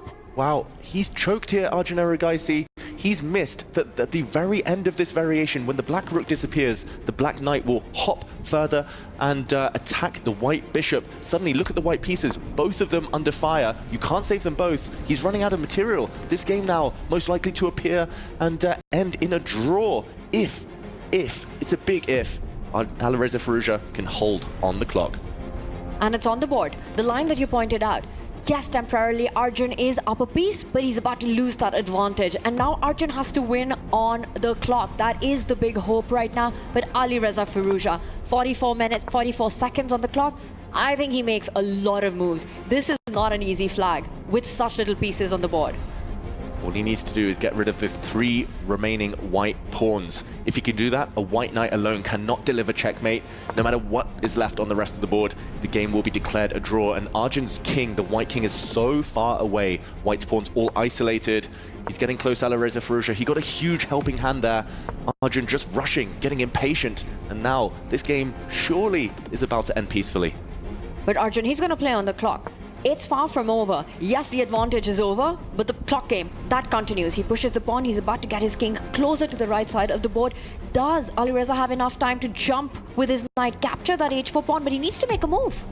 He thought way too long there, spending 12 seconds almost. He's only got 25 left. It's bright red now, the clock. It is burning, and okay, he blocks with his king. The Black Knight coming back soon, though. He should still have this under control. But the pawn's disappearing. Is he going to be quick enough on the clock? White only with 1 remaining hope. The d6 pawn, if it drops, falls. Game over with a draw. And he checks. If he gives any time to Alireza to retreat with the knight to that f5 square, knight takes pawn, game over. It doesn't matter because White will not have enough material even if you flag. Knight trade here. It will be a drawn king and pawn endgame. And will he go for this? If you don't trade knights, the Black Knight is going back to f7 to trade. And here we go. We might see a flag fest or the game end in stalemate. It's a draw. Alireza holds from a hopeless position. Alireza Firouzja, the Falcons managed to hold in game number 2 after being put under so much pressure for so long. Arjun Erigaisi there, 3 minutes versus 1 minute, fluffing that chance, and he knows it. But there are takeaways from this game for him. Arjun knows he can apply the pressure. He knows that Alireza feels it as well. He will still be gutted, however, not to complete the full point conversion. This was incredibly impressive by Firouzja. With less than 15 seconds on the clock, just the way he maneuvered the knight, with the speed with which he did it, calculating the king and pawn endgame is a draw, leaving Arjun with no hope as the knight was about to give itself up for that d6 pawn on the next move if trades were denied in this position. Incredible scenes here. Arjun Erigaisi with a massive miss, and you saw it on his face. He realizes it. Semi-finals spot here, fighting to get into those finals. This for Arjun, it's going to hurt, not converting this one. It's so hard to beat these world-class players. You don't get many chances, but that was a glorious opportunity. He carved it out with great opening prep. He used one of his big weapons there. You can't repeat the same opening again. And to mess it up, to get impatient, he just rushed. He had 3.5 minutes when he went for that sequence that fizzled out immediately to a drawn endgame. It's bizarre. That shows nerves are a real thing here at the Esports World Cup. It was very much the equivalent of in other sports, football, for example, everything set up beautifully, excellent cross, everyone in the right place, and you just lack that finishing touch. 3.5 minutes playing one there. Arjun had the opportunity to turn the screw, and he couldn't quite make it stick, but Goldfish memory mode, he needs now to forget it because he needs to try and do it again with the black pieces this time against Firouzja, and he struggled last time out. Struggled last time out. He switched things up slightly.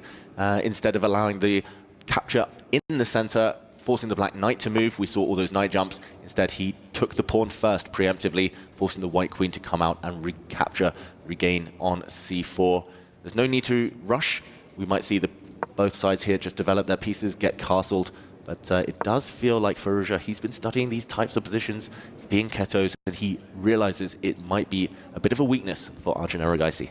And the more difficult thing for Arjun to deal with is that, now he can't dictate the nature of play in this one. Starting with the black pieces, Firouzja chooses a line, Fianchettoing the bishop, a more solid approach to the position. We're not going to be seeing any of those crazy battles like we did in Game 2, which worked out perfectly on the clock and on the board, giving Arjun that massive, massive win chance, which was completely his to blow.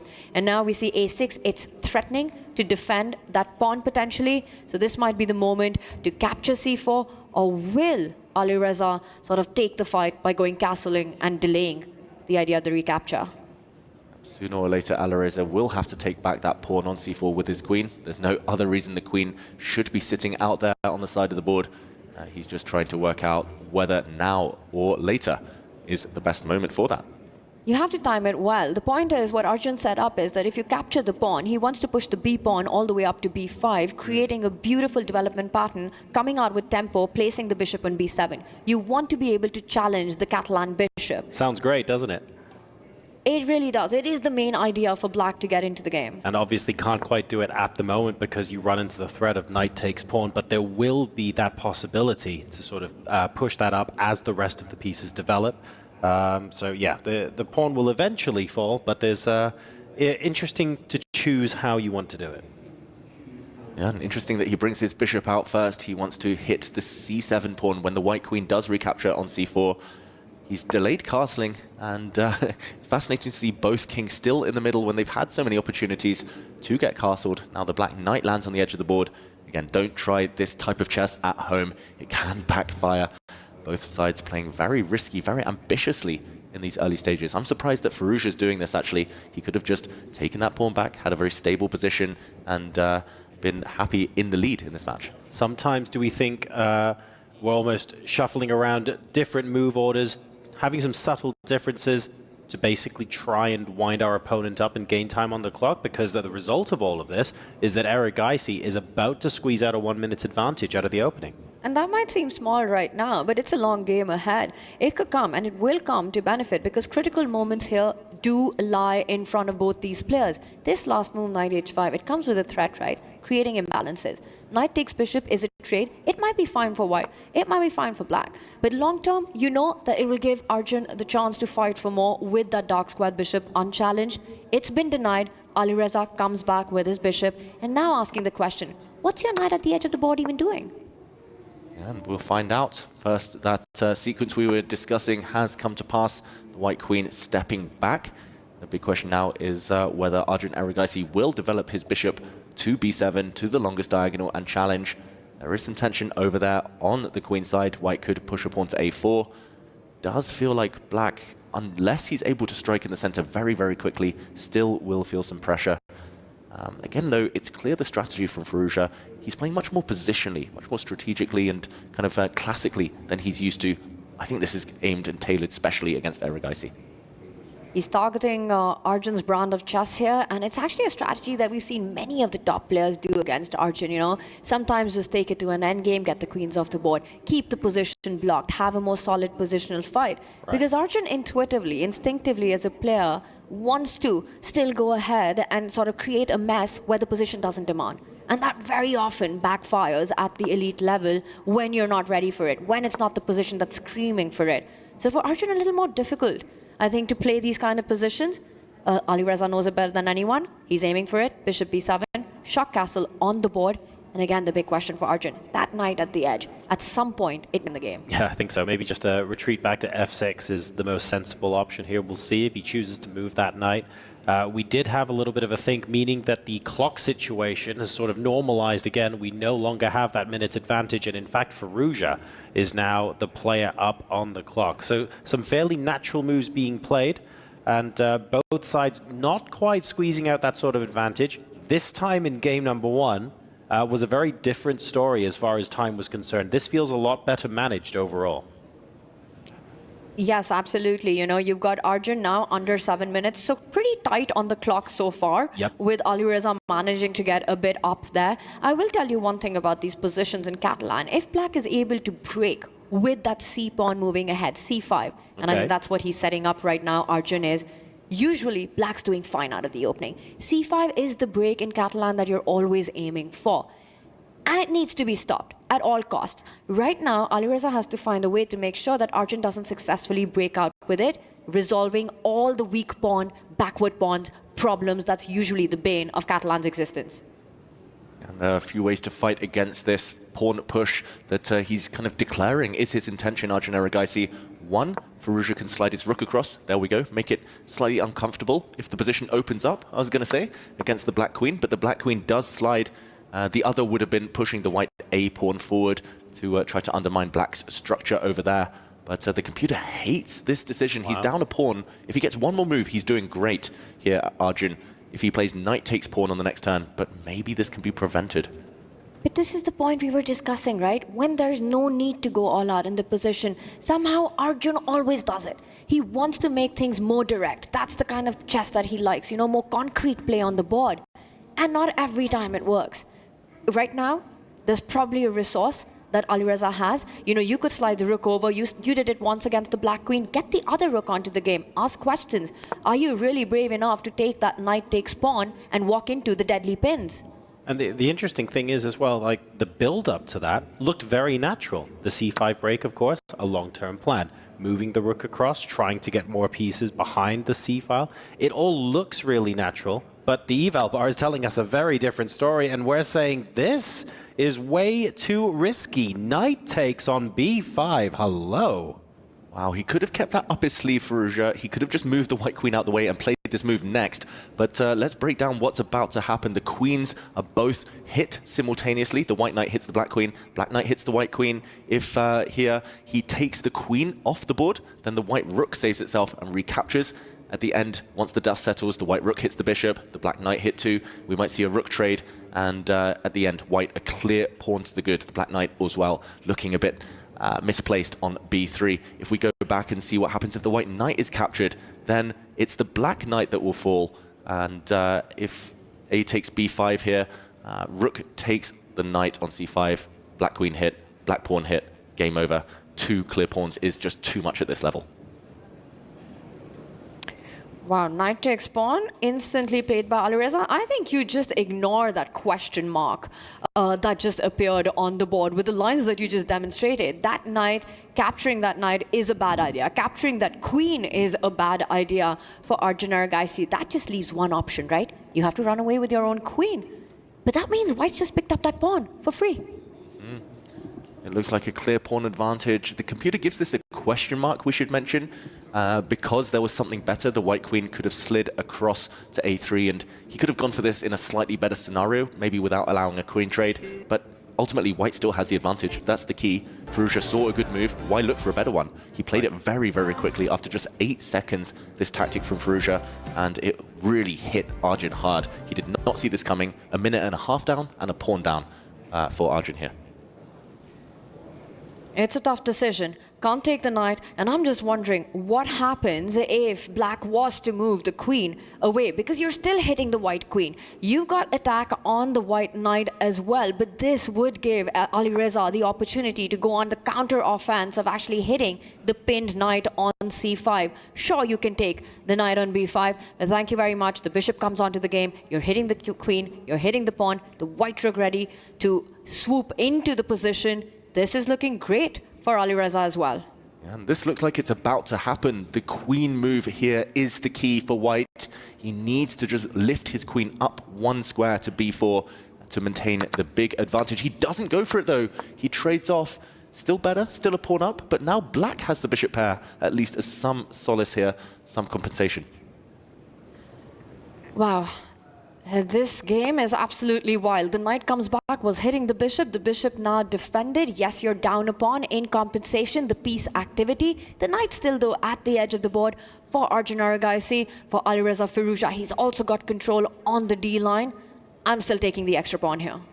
a lot of complications, a lot to calculate as well for both of these players, and that's part of the reason why maybe those trades ended up having to take place so quickly. Arjun Erigaisi down to just over 4 minutes on the clock and forcing Firouzja to think about what he wants to do next. Light Squared Bishops get traded off now. Simplifying it probably favors the side with less time, and Arjun was very uncomfortable earlier, so if the position continues to slowly improve and he slowly starts to feel a little bit better about his prospects in this game, about the fact that he's not down so much on the clock, that can only be good for him.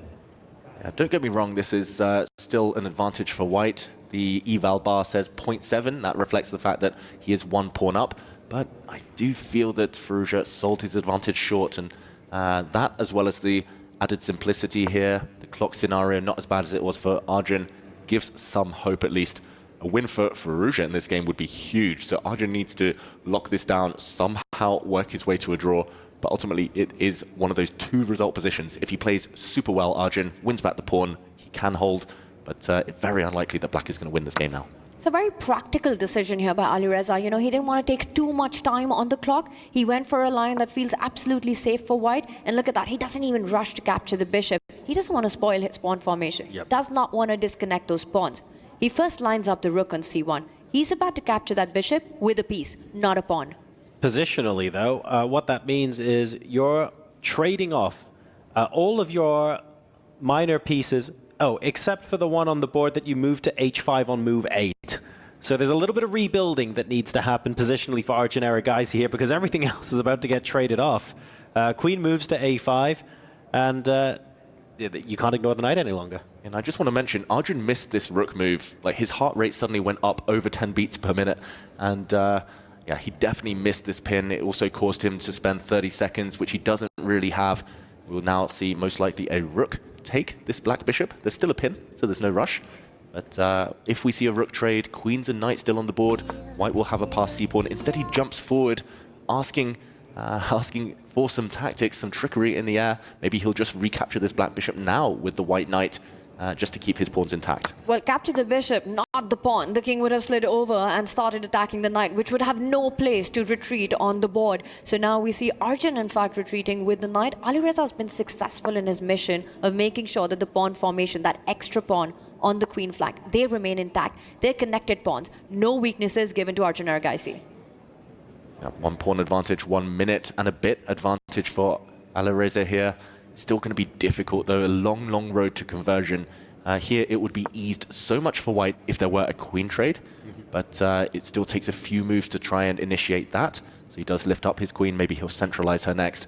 Rook trade possibly helps as well. I think the one thing to avoid, depends on the circumstances, is a knight trade. And rook endgames might be the one place where Arjun can seek some safety. In the meantime, the white queen hit, and might have to retreat. Not too many safe squares. Ooh, Oh, flashy move. flashy. Wow, okay. Stylish. Like that. Exclam given to it, of course. You're ignoring the safety of your own rook to give a check. So, of course, you have the option of a queen takes rook for both sides. Now, that will still equate to the exchange of rooks, so potentially simplifying the position there. Choosing instead to avoid all exchanges, and this is suddenly looking very, very good for Firouzja. The pieces have infiltrated. The white queen centralizes. Maybe there was something even better there. The white rook could have slid into the far right corner there to the h8 square, threatening some checkmates, but still very, very strong here. The white queen, beautifully placed. The black knight was bad on h5. It's now totally immobilized on f6. It's pinned. It's feeling uncomfortable. Firouzja definitely playing safety first chess, trying to get some quick moves on the board. Maybe realizing 1.5 extra minutes on the clock is going to be like having a second pawn advantage.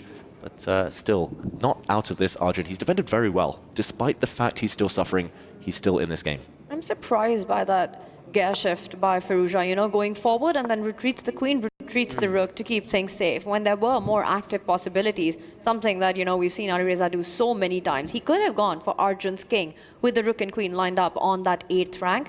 Now he's still got to build that attack or offer those trades.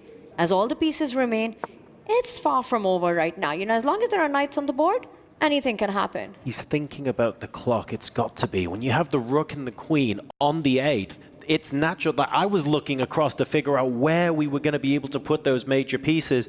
It's like he just wants to sap even more time from Arjun Erigaisi and still keep the majors on the board and keep things as complex as possible.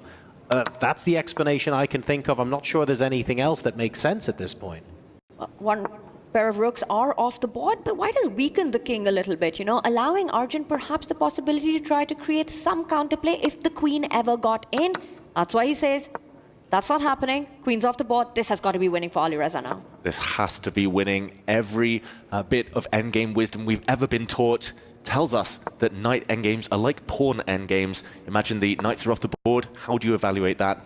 Winning for White. 2 versus 1 on the queen side. We saw that earlier in their first game as well. With knights on the board, it's a bit more tricky. You need to avoid forks, but ultimately the knights should cancel each other out, and the white pawns should be running. He keeps going for this strategy. Win a pawn on the queen side, push those pawns, and tie down the opponent's knight. That worked in game 1. Will he get a win again in game 3 here? Alireza, the knight landing on the edge of the board. It should re-centralize in a moment, but Arjun down at 1 minute. That just compounds the misery. Yeah, that's crucial now. It's going to be 2.5 minutes, playing just over 1 minute for the conclusion of this game. Remember, especially in time trouble, anything can happen. This really is high tension, especially for Erigaisi. It might be savable, but I think we're talking minor miracles kind of territory now. Only a miracle can save Arjun in this. You know, the clock down under 1 minute now, it's gone red, but it's the least of his problem. That knight attacking the a6 pawn ties down the black knight. The white king now has a clear path ahead. Go on those dark squares, walk up the board. It needs to be stopped. King e5, king d6, that would be game over for Arjun Erigaisi. Yeah, this is just a mathematical equation. White has an extra pawn. That pawn is going to cost black the knight, and White's going to have plenty of pawns left to promote and end this game. For now, the White Kings rode forward. Semi-finals of chess at the Esports World Cup. I'm John Sargent, joined by Tanya Sachdev and David Triple Sandwich Howell. We're into the second half now, but it could go very much not the distance here. We are 1 win away from taking the entire semi-final. Firouzja leads 2.5 to 1/2. Alireza Firouzja is flying away like a falcon in this matchup against Arjun Erigaisi. Needs only a win in the next one. 3 games remain. For Arjun, the strat has to be clear, right? He's got 2 whites. 1 coming up right now. Yep. He has to win this one. There's no other way. This is a make or break for him. A draw does not suffice because he'll have a black after that. His plan, get a win right now, try to draw the next one, and then strike again. If this does not go Arjun's way, I think a draw in this one is as good as a loss for him.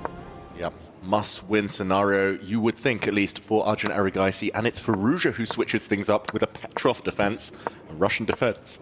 And it's something that we've seen multiple times throughout this tournament here in Riyadh. It's a quick trade, it's symmetrical pawns, and at least a much better start to this game for Firouzja than his previous black. Arjun needs to try something a bit special to imbalance things. And that's because how badly it went in game 2, right? For Alireza Firouzja when he developed the other knight. And Arjun got exactly what he wanted out of the opening with that knight jumping forward. So Alireza already switching it up. We've seen this happen. Every time a player is up in a match, they choose the most solid line known to man against e4, which is the Petrov right now. And you see why. Look at the symmetry in the position.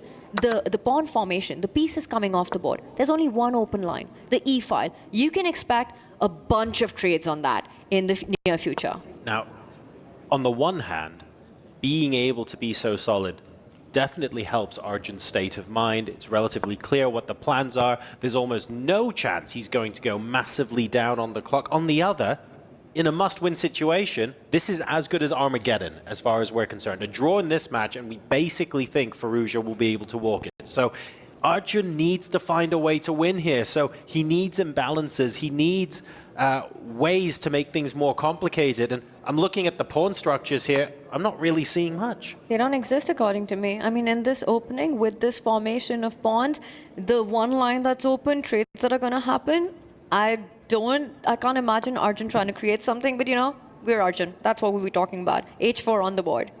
Let's go.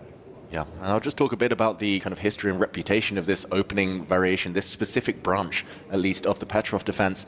It kind of came into fashion, kind of played by a bunch of Chinese players, including world champions, and it was known to be rock solid. The first few years of this variation, all the games ended up as a draw because the symmetry, the open file, the e-file leading to all the trades. Then white was finding these ideas, parking the bishop in the center like this, trying to provoke a black pawn to f6, weakening the position. The white knights are poised to jump forward. There is a lot of attacking poison. For a couple of years, it was regarded as very nice for white, these types of positions.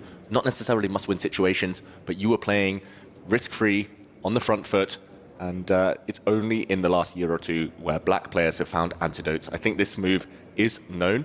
He wants to attack a pawn. He wants to potentially remove that white bishop from the center. And Alireza, if he defends well, should be safe. But it is a big if. The white h-pawn marching forward. All of white's pieces much more active than their counterparts, so there's a little bit of hope. Okay, so some very interesting counter-attacking chances on the board now. Both sides with knights attacking the dark squared bishops, but ultimately, let's not forget, the more we're able to navigate these complexities, the more we're getting rather quick exchanges of pieces off the board, and therefore reasonably quick resolutions to the game, which is not what Arjun Erigaisi wants right now. But like you said, there is a small pull, right? We again see a lot of trades, the minors that have just come off, but the white rook just slightly active, more active than its counterpart. The other rook ready to come into the game as well. The white queen not only eyeing the king side, that h7 pawn, but can swoop over to any of the squares on the left flank and start putting just some questions, small questions to those pawns. I still think this is quite close to Alireza solving all these problems, but perhaps just the next couple of moves, he needs to be a little careful. And he's known as a bit of a madman when he wants to be, Arjun Erigaisi. Just the fact that this is a bit of a slower position. Yes, it's small advantage white, according to our eval bar. I think it's the style of the advantage, the style of what needs to be done that might beg a few questions here. Alireza isn't entirely comfortable himself. There we see on the camera, a bit of a shake of the head. He doesn't like these positions where it's just about defense. If you defend well, you draw. He likes having that third result in play, that hope for a counterattack. So it's kind of neither side playing their brand of chess. Who will come out on top if they're both slightly uncomfortable? Very interesting to see the gear change from Arjun, as opposed to his previous white game where it was just immediate fire from move one. Gear changes have been a theme of the Esports World Cup, right? And more than once now on this very stream, we've seen games drawn in one positions, lost from one positions, in the name of players who weren't able to recognize the need to shift gears partway through a game. So still a lot of twists and turns to come here. And that rook on e5, the h4 pawn preventing the knight coming into g5 in the future, the pressure on the e5 square, it's looking like there's a couple of questions to answer. Nothing super concrete yet, because at the end of the day, f7 just comfortably defends. But we're asking all the right questions. Absolutely. I think he's going to keep the game going. And, you know, till there are majors on the board, till that H-pawn has a future of moving up the board, Arjun will try this out. I think adapting to the changing nature of the position is one of the hardest skills in chess. You know, what we call as shifting gears depending on what's on the board. Sometimes you're winning, that advantage is lost, and you need to know that you need to pull the brakes. But you overpush, you end up losing. So understanding those moments is something that the world's best players, like the two that we've got in front of us, are just so good at. And it's not an easy skill. We've seen how it plays, especially in a 10-0, where, again, the mind shift is that much harder because you don't have enough time on the clock. For sure, and that's actually what's making me think now, Tanya. I'm wondering, with so much time being spent by Alireza Firouzja and still looking visibly discontent at his screen, pulls out f6, rook e3 reply to almost instantaneously. If I'm Arjun Erigaisi now, I'm thinking, oh, I wish we had more than one pair of minors on the board because suddenly I could really use a 3-minute advantage going into the endgame. And if Alireza Firouzja now goes on to lose this game, he's going to be facing the wrath of Ben Feingold in the studio, who says never play f6. Very weakening. And as you say, John, if there were an extra pair of minor pieces, white would have a huge attack against the black king. But for now, the black pawn on f6 controls the white knight. He needs to kind of accelerate the challenge now to the e-file. I'm expecting one of the black rooks to step across to e8, the black queen to move out the way. He's still holding everything together for now. It's still very unpleasant for Firouzja, but it feels like it's psychological more than anything. Position is fine, just about, but the clock just, this is living life on the edge. 4-minute deficit, and the game is just beginning. Yeah, it's really surprising. You know, when you make a committal move like f6 and your opponent makes the most natural move, which is retreating the rook, you need to have a response ready. You can't think once for that much time and then tank again on the very next move. To such a natural response with a big threat. The other rook comes to e1 and it's tough. Look at that, that's panic on Alireza. Other rook moving across to e1 here. And we see Alireza's partner in the audience looking on. He's got a sidestep with the queen. There's a big threat on the board. Rook takes knight. He needs to decide, but why is he taking so long for every single move? That was almost a forced move there, given an exclamation mark in the end, but every move taking him longer than it should do. That was almost 20 seconds from Alireza. I think the main problem here is that he doesn't feel he's going to be able to amply challenge the e-file. If he gets one more move, the Black Knight is going to retreat to the c7 square and get some rooks off the board, but this might be the small window of opportunity here for Arjun Erigaisi to start creating some play against the Black King. I'm expecting the white h-pawn to step forward. The white knight has a nice path into the f5 square. Still a lot to be done in order to create an attack for white, but the outline is there. I have the question, though. The h-pawn can potentially progress. That gives the knight the path, like you say, but if black plays the knight to c7, there's a worry of an instant trade of all the majors. Yes, you had that pawn on h5. Yes, you've got those things going for you, but will the pieces simply get swapped off the board too quickly for you to make anything of it? That's going to be the big question, right? Will black be in time? Well, you can get one rook off the board, but more importantly, will you be able to get the other rook? Or can Arjun Erigaisi use this tiny window of opportunity to either create threats on the right flank, you know, those knight jumps, or even use his queen to start attacking the pawns on the left flank as well. So there are ideas all across. Arjun's got time to figure this out. And this is the recognition of a critical moment. He realizes Alireza has a neutralizing plan.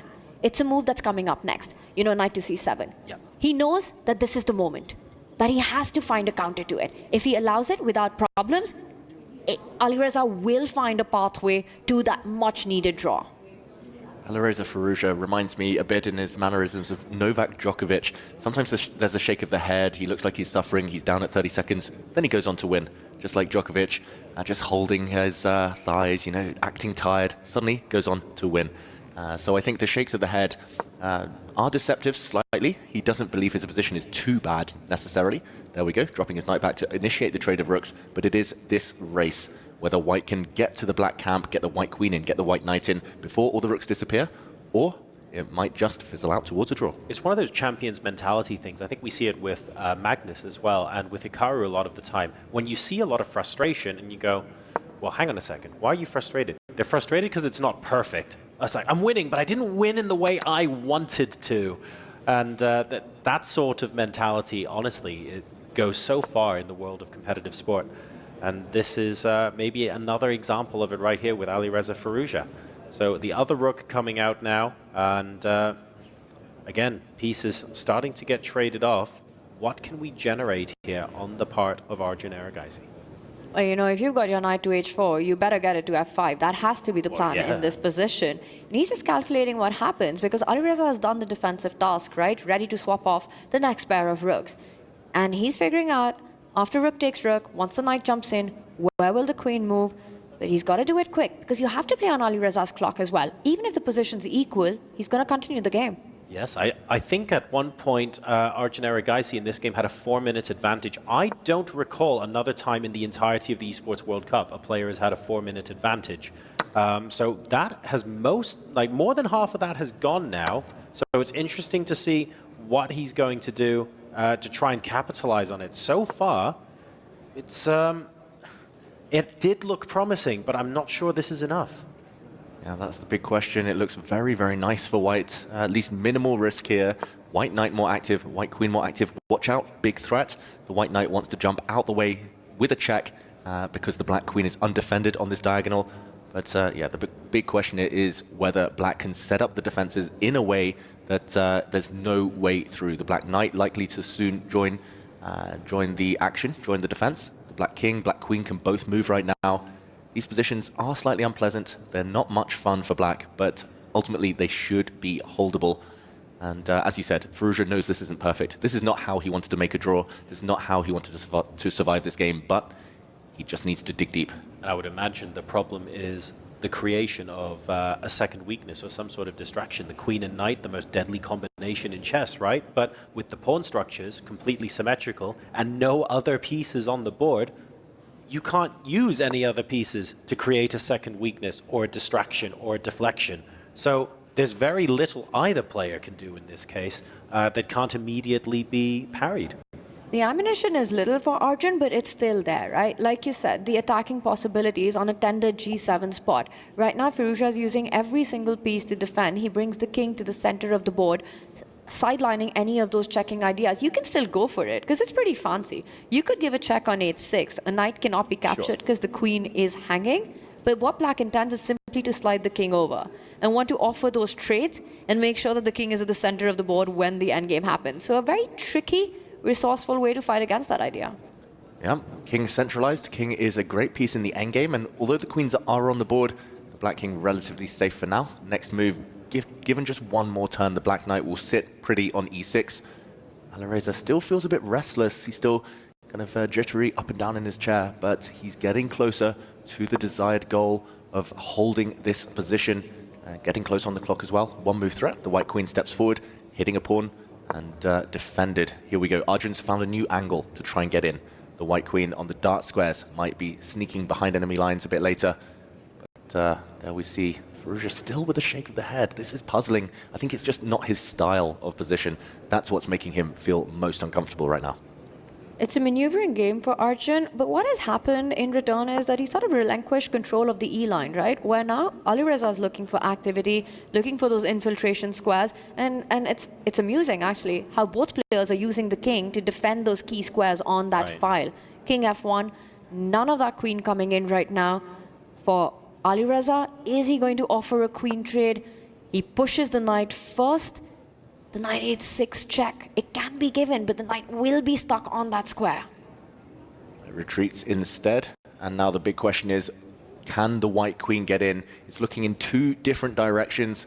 The white queen wants to sneak in towards h6, towards b8, two different diagonals, both dark square centric there. But Alireza can shut the door on at least one of them. Doesn't feel like it should be enough. The bar says level, dead, equal, but Alireza continues to shake his head, continues to freeze. He just doesn't like his position for a long time now. He's on this defense, you know, the clock's ticking low, and he knows that the questions lie ahead, and that's a big decision. You go up a pawn, but look at that right side of the board. All the pawns disconnected, white queen about to swoop in, attack both those pawns at the same time. This is a big decision with a minute and a half on the clock, and Arjun keeps surprising. He's not going for the pawns on the right side. The other flank swoops in with the queen, about to pick up a7. Queen comes in, and the knight closes the door. So a7 is the pawn that's been offered right now, and we've got a little bit of counterplay on the other side of the board with h4 now being pushed by black. It was white to begin with, and now Alireza Firouzja tries to come up Arjun Erigaisi with these complications. Firouzja just has to clarify things. It's out of necessity. He needs a perpetual check here. 1 minute plus. We've seen it do it before. But forcing the issue, ending this game within that amount of time when the opponent has 3 minutes, super difficult. So that's why he tried to dive in with his queen. Ultimately, no more checks. But the black h-pawn is an easy one to push. The only pass pawn in the position.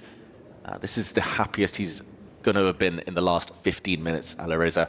But is it enough to hold the draw 3 versus 1? So time situation, 1 minute 15 now, plays just over 3 minutes. He's managed to narrow the time gap from that massive 4-minute deficit he had before, but still, when it comes to an endgame, Arjun Erigaisi has just under triple the time.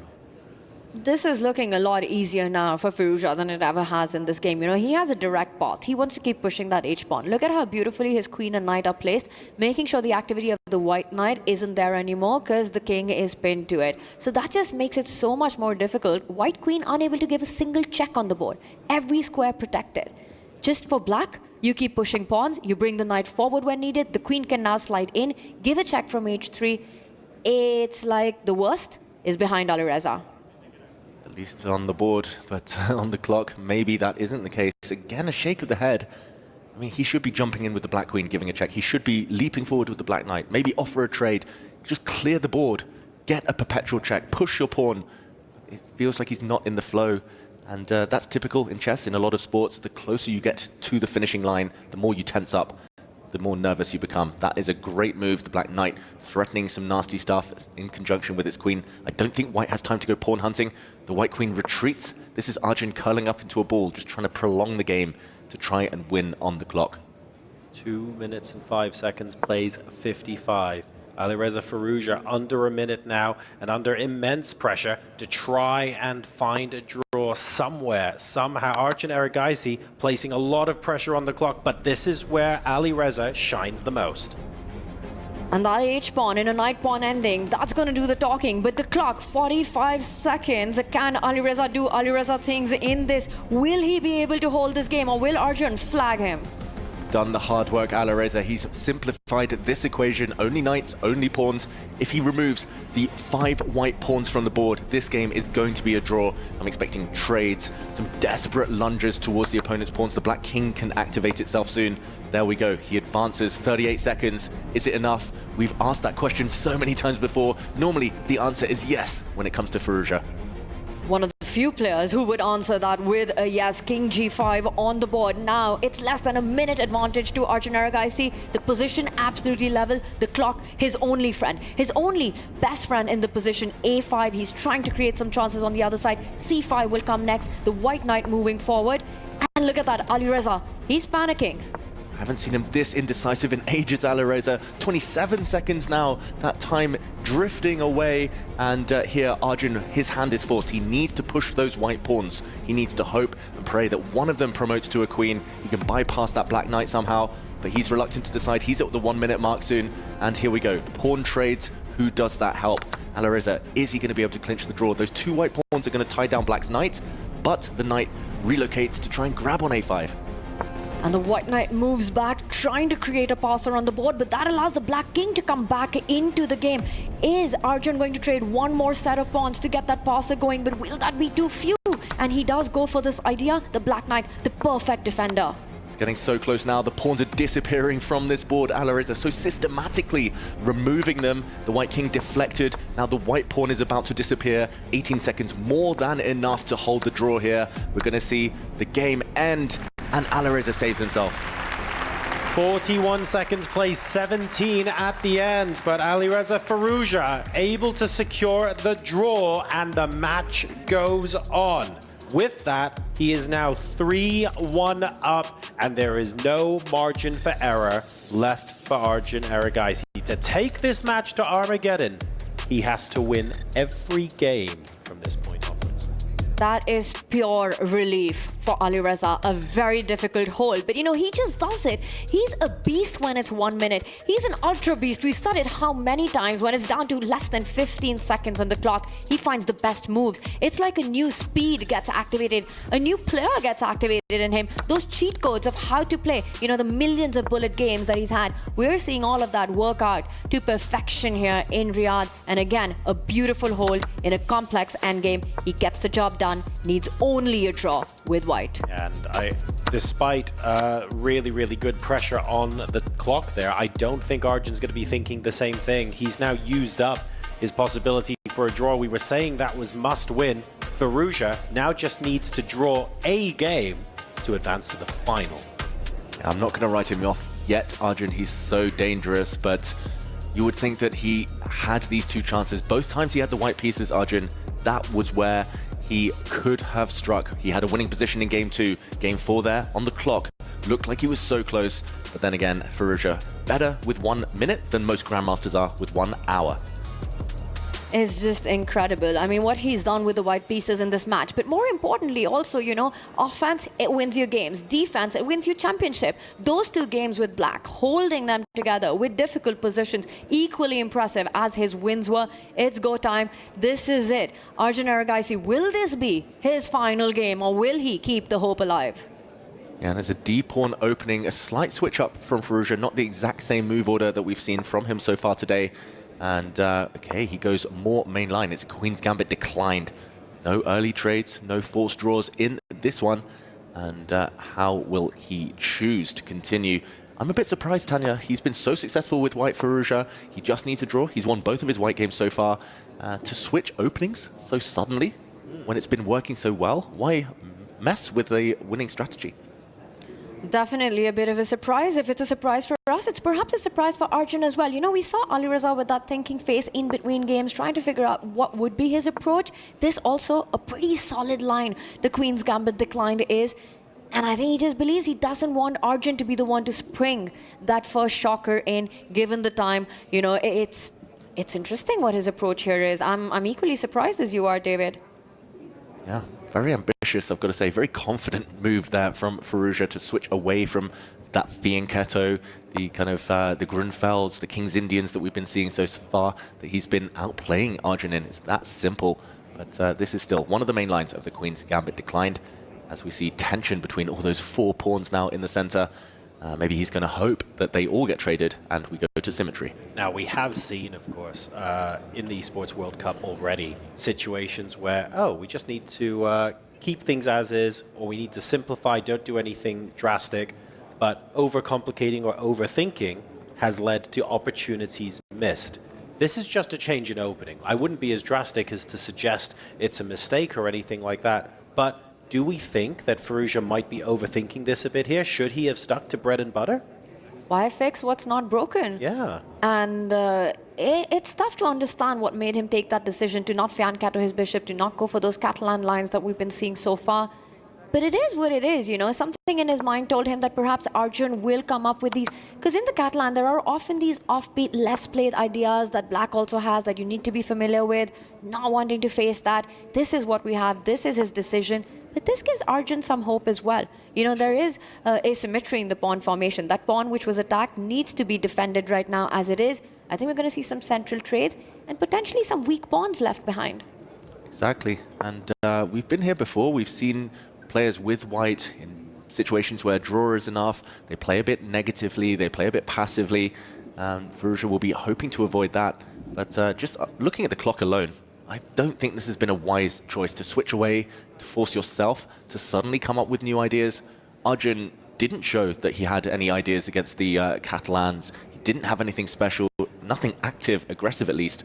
So why give him the chance here? It does look like Fallujah maybe regretting that decision. The clock, the heart rate, not looking good for him right now. And that's exactly what's giving it away, right? If this was planned as some sort of finishing blow, or we're really going to turn the screw now and make sure that our opponent's just a little bit confused because we're expanding our repertoire, we're playing something a little bit offbeat as far as we're concerned, that would be fine.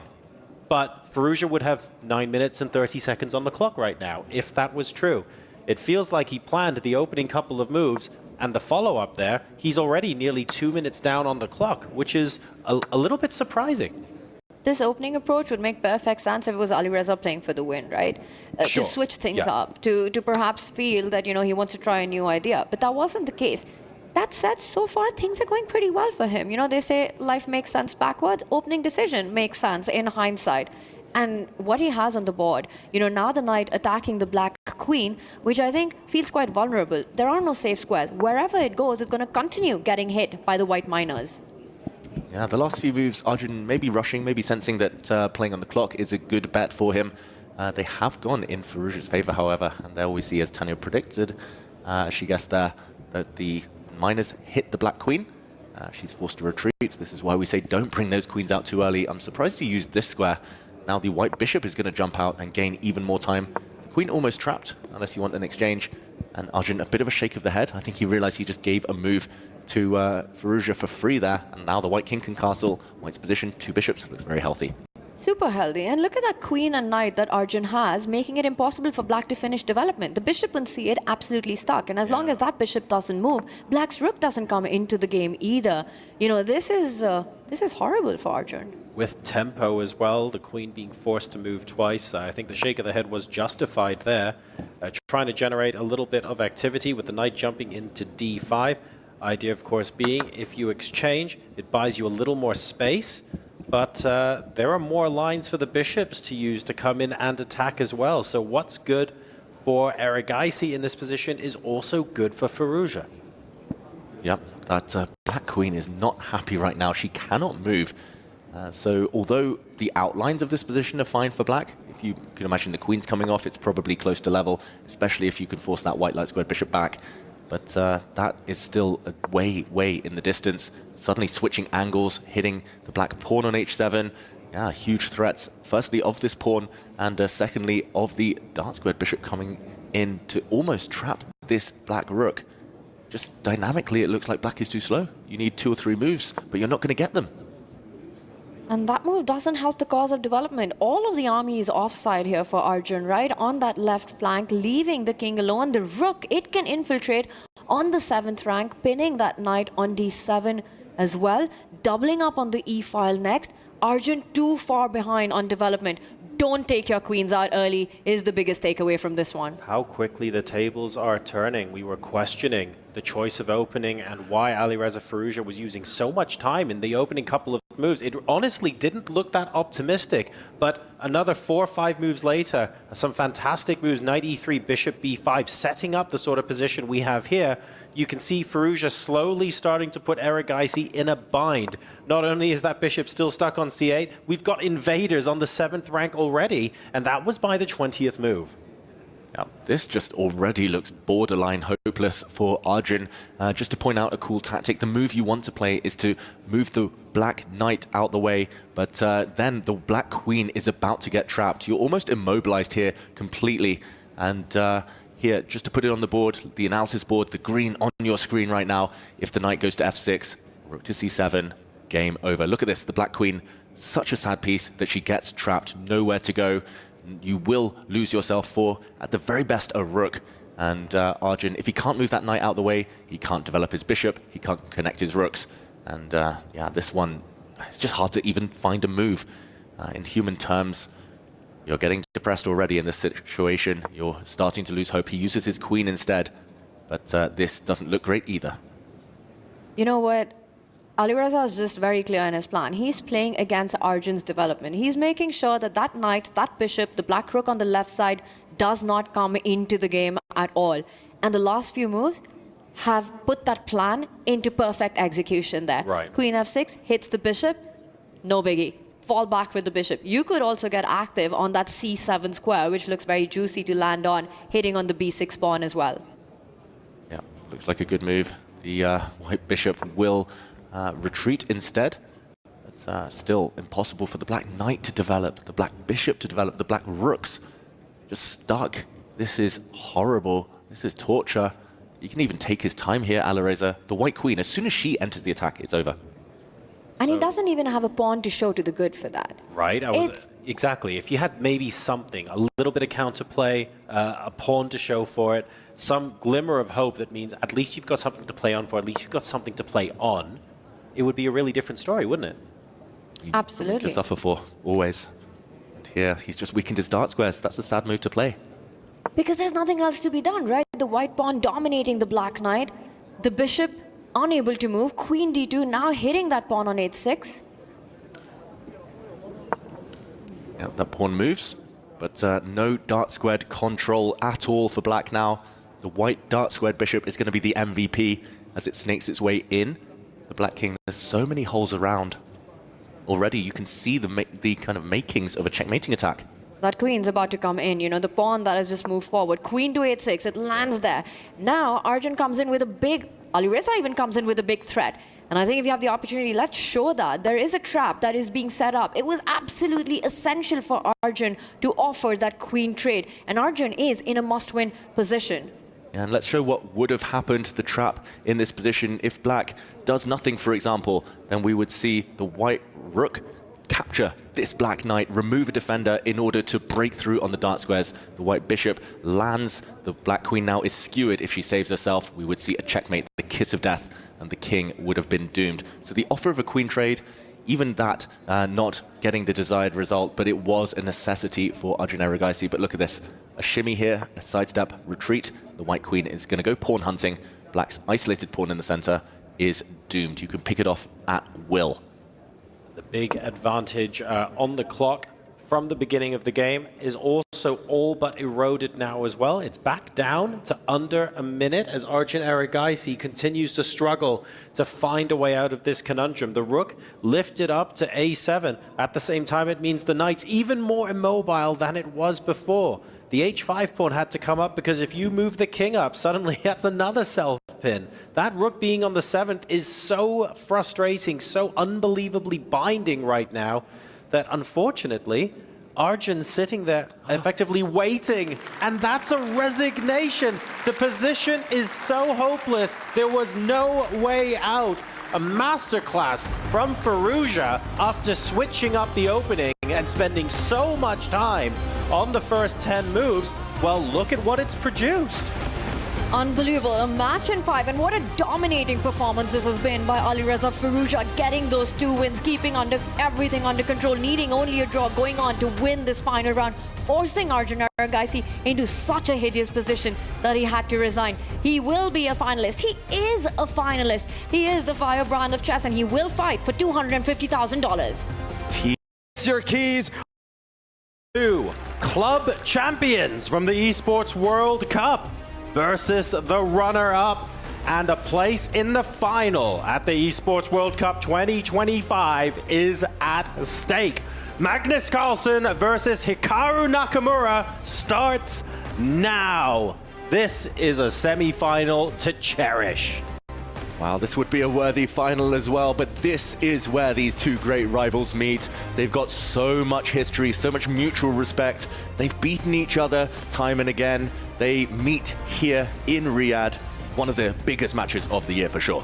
It is the iconic rivalry of modern chess, Magnus Carlsen versus Hikaru Nakamura. How many epic battles, finals we've seen them fight in all formats, classical, rapid, blitz, and this is the biggest esports stage. Only one will join Alireza for the battle for championship. And I love this, right? It's the 3 players that we put down collectively as our favorites to walk away with the entire thing. Well, good news, everyone's correct. One of these 3 is going to win $250,000 and 1,000 club points towards the Esports World Cup Club Championship. That much locked in. The question is who now joins Alireza in the final?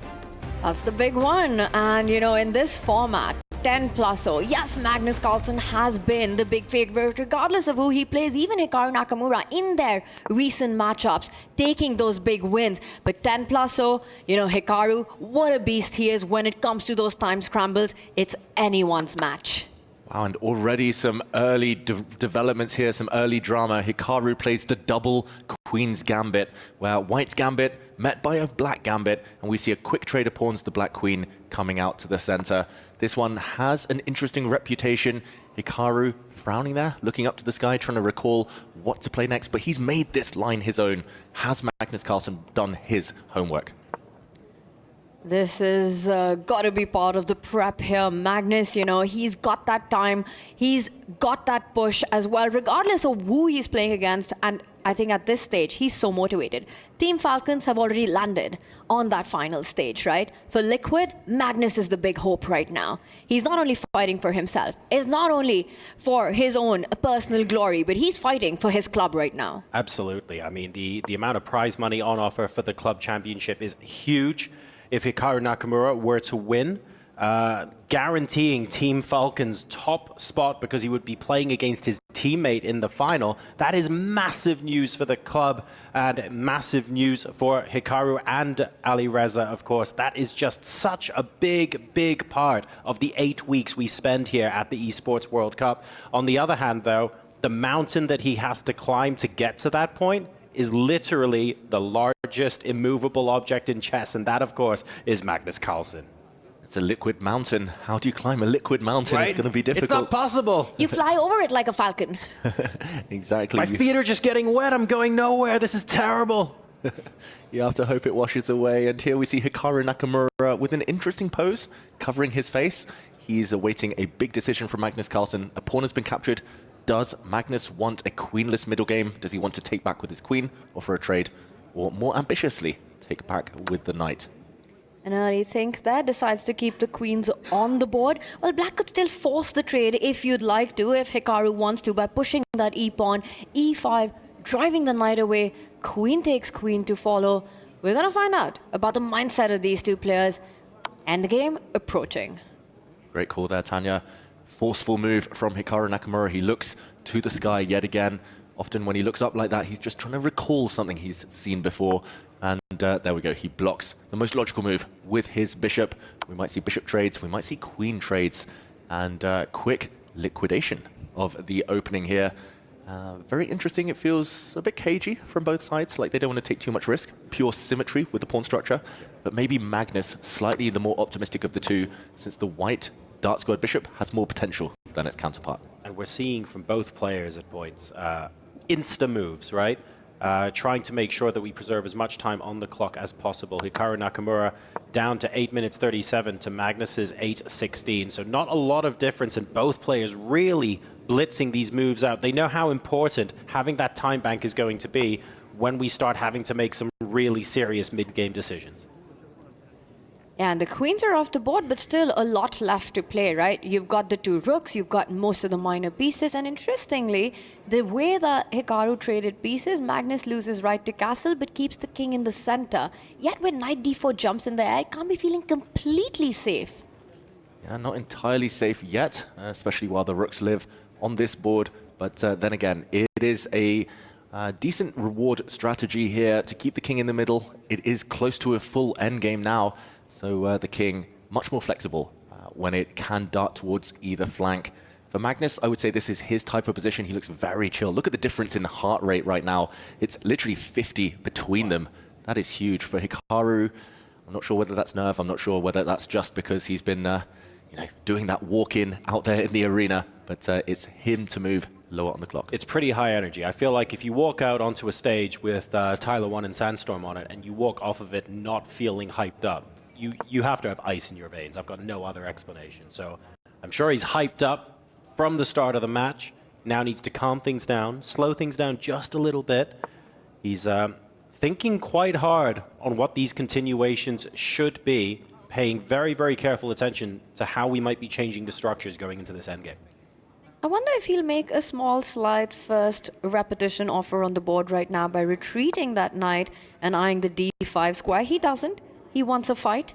He first lines up the rook on the open line. But now that the white knight has moved and the defense of the d4 square is gone, knight c6, knight d4, we might see that happen. Yeah, interesting. Hikaru, when we heard that soundbite from him earlier, he said he was going to be aggressive against Magnus. With the black pieces, I think we should kind of take that with a pinch of salt. A draw is always a decent result with black, especially while the scores are level, especially against Magnus Carlsen. But the aggression yet to be shown, that is the key. It's more from Magnus this time as the white knight jumps forward. First big threat of the game. The g7 pawn is hit, most likely to either move or be defended by black castling. So at the moment, it's looking like black's wanting to be flexible, wanting to keep his options open.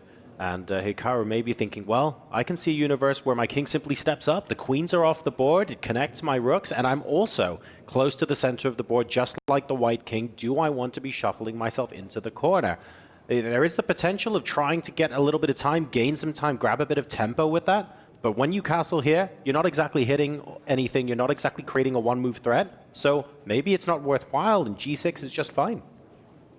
But that would create potentially long-term complications for black on the dark squares, right? Pawn moves you have to be so incredibly careful with. G6 is on Hikaru's radar. Pros and cons. You castle, your king goes to the corner, not ideal in the endgame. You want it in the center. You go G6, yes, you get your king at the center of the board. But what about white's bishop eventually landing on one of those weaknesses that have been created on G5, on 8-6 eventually? And that's a pros and cons situation, and I think Hikaru's trying to judge exactly the path he wants to take between these two. Yeah, he's spending a long time pondering over what to do next, though. And ultimately, he does play one of the two most natural moves there. He kicks away the white knight.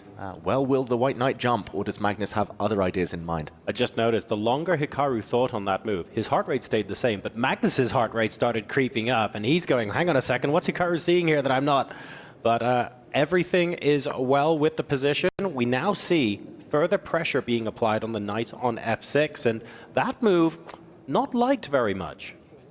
Yeah, interesting, because that move does make a lot of sense. It just closes the door on the 6th rank. It looks like it covers some squares the white knight might have wanted to use with a check as well. But engines say no. That means there's most likely something a bit tactical here, something a bit forcing to give white a small advantage. Yeah, maybe we can jump in and investigate in the meantime. All All right, well, let's go ahead and take a look on the analysis board what this could be and why that move is being given a question mark. It's defending, of course, that rook on c6, the knight on f6, so it all looks very natural, but we've got the knight jumping into d6 with a check. And this is good fun. We're disrupting the harmony of the pieces here because if you exchange this off, you can then take the black knight on f6. And a fun defense here, you can castle to get yourself out of trouble. Wow, this has all happened, and the Black King has castled. The White Rook has slid across to the c1 square, but the White Bishop that we just showed there on the green board. Okay, Magnus shaking his head, maybe missing something even stronger, but that White Bishop is a beast, hard to get rid of. The black pieces do look a bit clumsy, so I'm a bit surprised Magnus shaking his head there. It looks like he's been playing very logical chess so far. It still looks pretty good, right? As long as that bishop's there and you're not driving it away, you're feeling good about your chances. The Black King tied up to some back rank threats as well. White can start advancing the pawns on that right flank, kind of build up on that pressure. G4, H4, H5, try to get some open lines. Imagine if the H file opens up at some moment. The rook will slide over. I'm already thinking about some checkmating patterns. That bishop on f6 is a monster, and Hikaru needs to get rid of it as quickly as possible. Brings his rook across. That black knight likely to get kicked back. I think the most natural move in the position would be to force the black knight back out of the white half now by pushing the white a-pawn forward. But ultimately, you still need a follow-up. So Magnus, that heart rate definitely rising, getting a bit excited maybe. This opening looked innocuous, looked level, but Magnus really liking his chances. And interesting, pawn to g4, g for go, g for glory. He's trying to cement his bishop on the f6 square. Exactly. I think the players' spidey senses tinkling, hearing what Tanya said before, how that bishop needs to be gotten rid of ASAP. Well, the best way to keep it there is to get a pawn onto g5 and really cement it for the long haul. So we're playing the long-term positional chess here, and another problem to solve. G4 for the score. You know, you not only keep that bishop solid, I'm also looking at the H-pawn moving up. Imagine if the H-line opened up for that white rook. Right. Again, that bishop on f6, such a monster. The knight jumping onto d5 at the right moment. The queens might be off the board, but there are still attacking possibilities here on the Black King. Yeah. Definite possibilities. The knight back to a6. The computer may be thinking there are better options there, but you can totally see the plan because it can go via c7 to e8, presumably, to try and get rid of the bishop. You can instantly see what they were thinking. Yep, and Magnus's move given a question mark this time. The white rook, very interesting, it chooses that square where the black knight can continue to harass it. And Magnus now has a decision to make. Does he go back the whole way where he came from? Nope, he stops one square short. He's getting ready to double up those rooks, but look at this, the rook's now lined up. The black bishop wants to reroute, wants to skewer those two white rooks, and the white bishop hit in the process. I think this is a critical moment, something that Magnus might have underestimated. That was why the question mark appeared a couple of moments ago. And look at this, the white bishop hit. If it does retreat and capture a pawn, the black bishop steps across, and the only way to block the diagonal of the white rooks is to push a pawn forward, and now black plays the move f6. The white bishop forced to give way. If it now, for example, steps forward to the d6 square, there would be further tactics. Rook takes bishop amongst others, and let's just show at the very end, the black bishop would hit the two white rooks simultaneously. Magnus wanted to avoid this, hence why he's pushed his pawn forward in the game. And the tension continues. Hikaru, can he trade off that bishop? Can he seek safety with all of these exchanges now? That will be the big question. And, you know, Hikaru doing what needed to be done. Get rid of that monstrous sniper on f6 right now. Magnus declines it. He also declines a repetition with that last trade. You know, he does control a very important D-line. Notice how Magnus's knight stops Hikaru's rooks from coming into the game. But there's nothing that's going to stop Magnus's rooks from getting into that 7th rank activity. And it might look like balanced material. You know, this position should be edging to the draw, but Magnus with the push. Knight takes pawn, a big threat.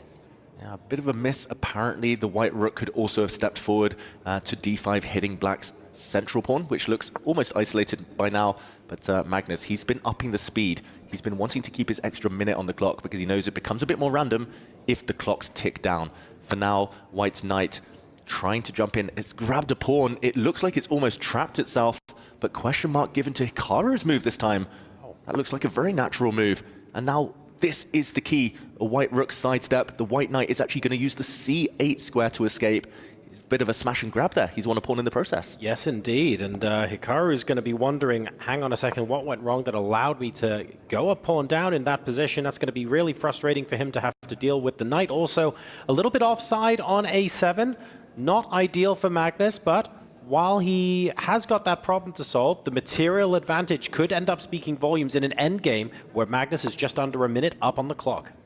And Hikaru realizes that this has gone completely out of control. The biggest mistake against Magnus Carlsen, trading queens. You get into an endgame and Magnus's super beast mode gets activated there. This is vintage Magnus out of a position that felt like there was very little to play for, but move by move, improving every single piece, getting that G-pawn up the board, now up a pawn. This feels like it's going to be a technical grind, something that no one does it better than Magnus Carlsen. Exactly, huge advantage for white. It's an extra pawn, but the computer says it's an even bigger advantage at the +3 mark. That is huge, and it's because the black knight looks nice and pretty, but can be destabilized because the base, the protector, the e5 pawn. There we go, Magnus was hitting it. He might even try and trade off a set of pawns now, getting closer to his goal. Hikaru, he said he was going to be aggressive, ultimately with black, trying to be too solid. It's backfiring, it's backfired before. Magnus, can he close this out now? Dodging any checks. Hikaru fighting hard, but lower on the clock as well on the board. And the pawns are beginning to look less and less harmonious as the game goes on, needing to push some additional pawns in order to maintain the stability. And unfortunately, it means we're scrambling to defend instead of going on the offense, which is ideally what you would have wanted to do. So struggling all round at the moment, and Magnus Carlsen starting to turn the screw. Magnus is up a pawn, and he's the one who's putting the pressure. That pawn could not have been captured. White would have gone f4 in that position, gotten the rook into the game. You look at Hikaru, the shake of the head is back. That is not a happy Hikaru on the camera. He knows that he needs a miracle to survive against the world #1. Magnus, is he going to go all out? Will he get aggressive? He does it. F-pawn goes forward. The rook about to swoop in. He first attacks black rook on h4, and he's surprised. Did he just forget about the f4 pawn? Magnus, I think, had pre-moved, or almost pre-moved. He was ready to block a check by dropping his knight back, and he's lucky, Magnus, that this is still very good. The computer says +4 still, but I think he hallucinated. He thought the black rook was going to come one square further down, and he dropped his knight back to block this check. He saw the black rook moving. He assumed it was that check. That was the only move he was considering, but the knight block happened anyway, so he's forgotten about this pawn, but the black rook there is actually trapped. Yeah, he's not taking it, is he? He's going into a bit of a think, is Hikaru Nakamura, and as much as he would like to take it, that is very, very few viable squares. This is awkward as heck for him right now. I don't know. What is going on? And what a miss by Magnus there. You know, he's still thinking about it. He sort of almost pre-moved this idea. He could have just gone in with the rook. That pretty much would have been match over, game over. Grabbed that pawn on b7, pushed his own pawns. But instead, thinking that that h4 square was actually the h3 square, giving a check to the white king. But Hikaru, he still can't grab the pawn on f4. It is still completely winning for Magnus. And I think he knows it. If you're judging this game by the facial expressions of both players, they both seem disappointed with themselves right now, but for very, very different reasons. And it's rook g4 that ends up getting played.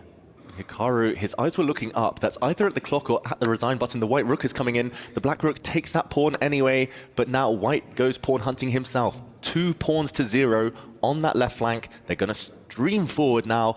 There's even some flashy tactics. Rook takes f7 is a check to try and trade the rooks off. There we go. Magnus takes it. A knight fork incoming. It's going to be a knight endgame. We've seen a few before, but 3 versus 1 in terms of pawns. Hikaru is done.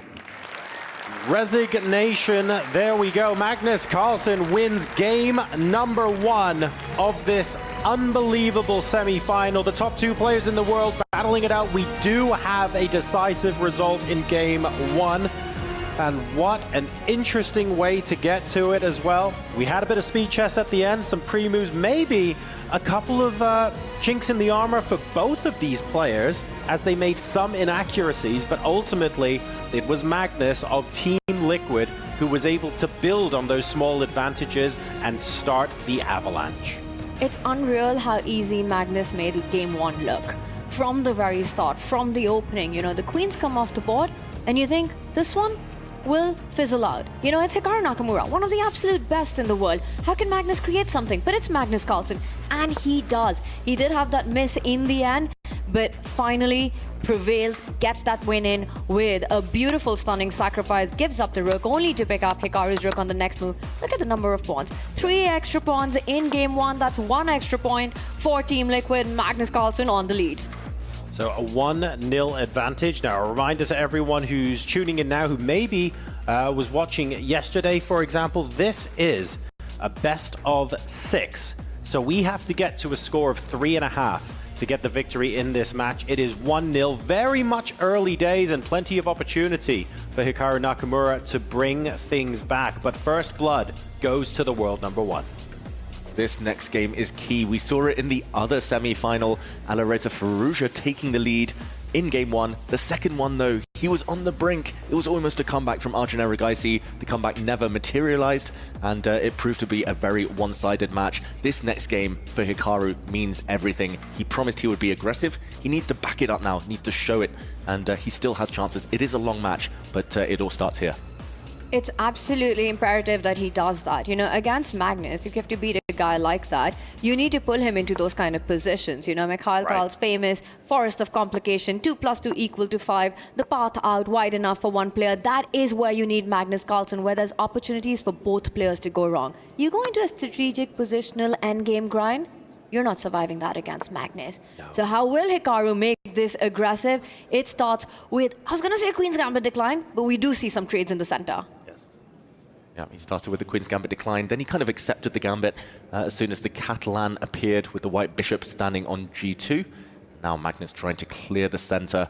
You don't want queens off the board. If you're Hikaru Nakamura, he's learned that lesson in the previous game. So will he be finding another solution? The White Knight can develop to F3 as well. They still will transpose, most likely, to some well-known opening theory. But most importantly for Magnus, he forces Hikaru to pause first.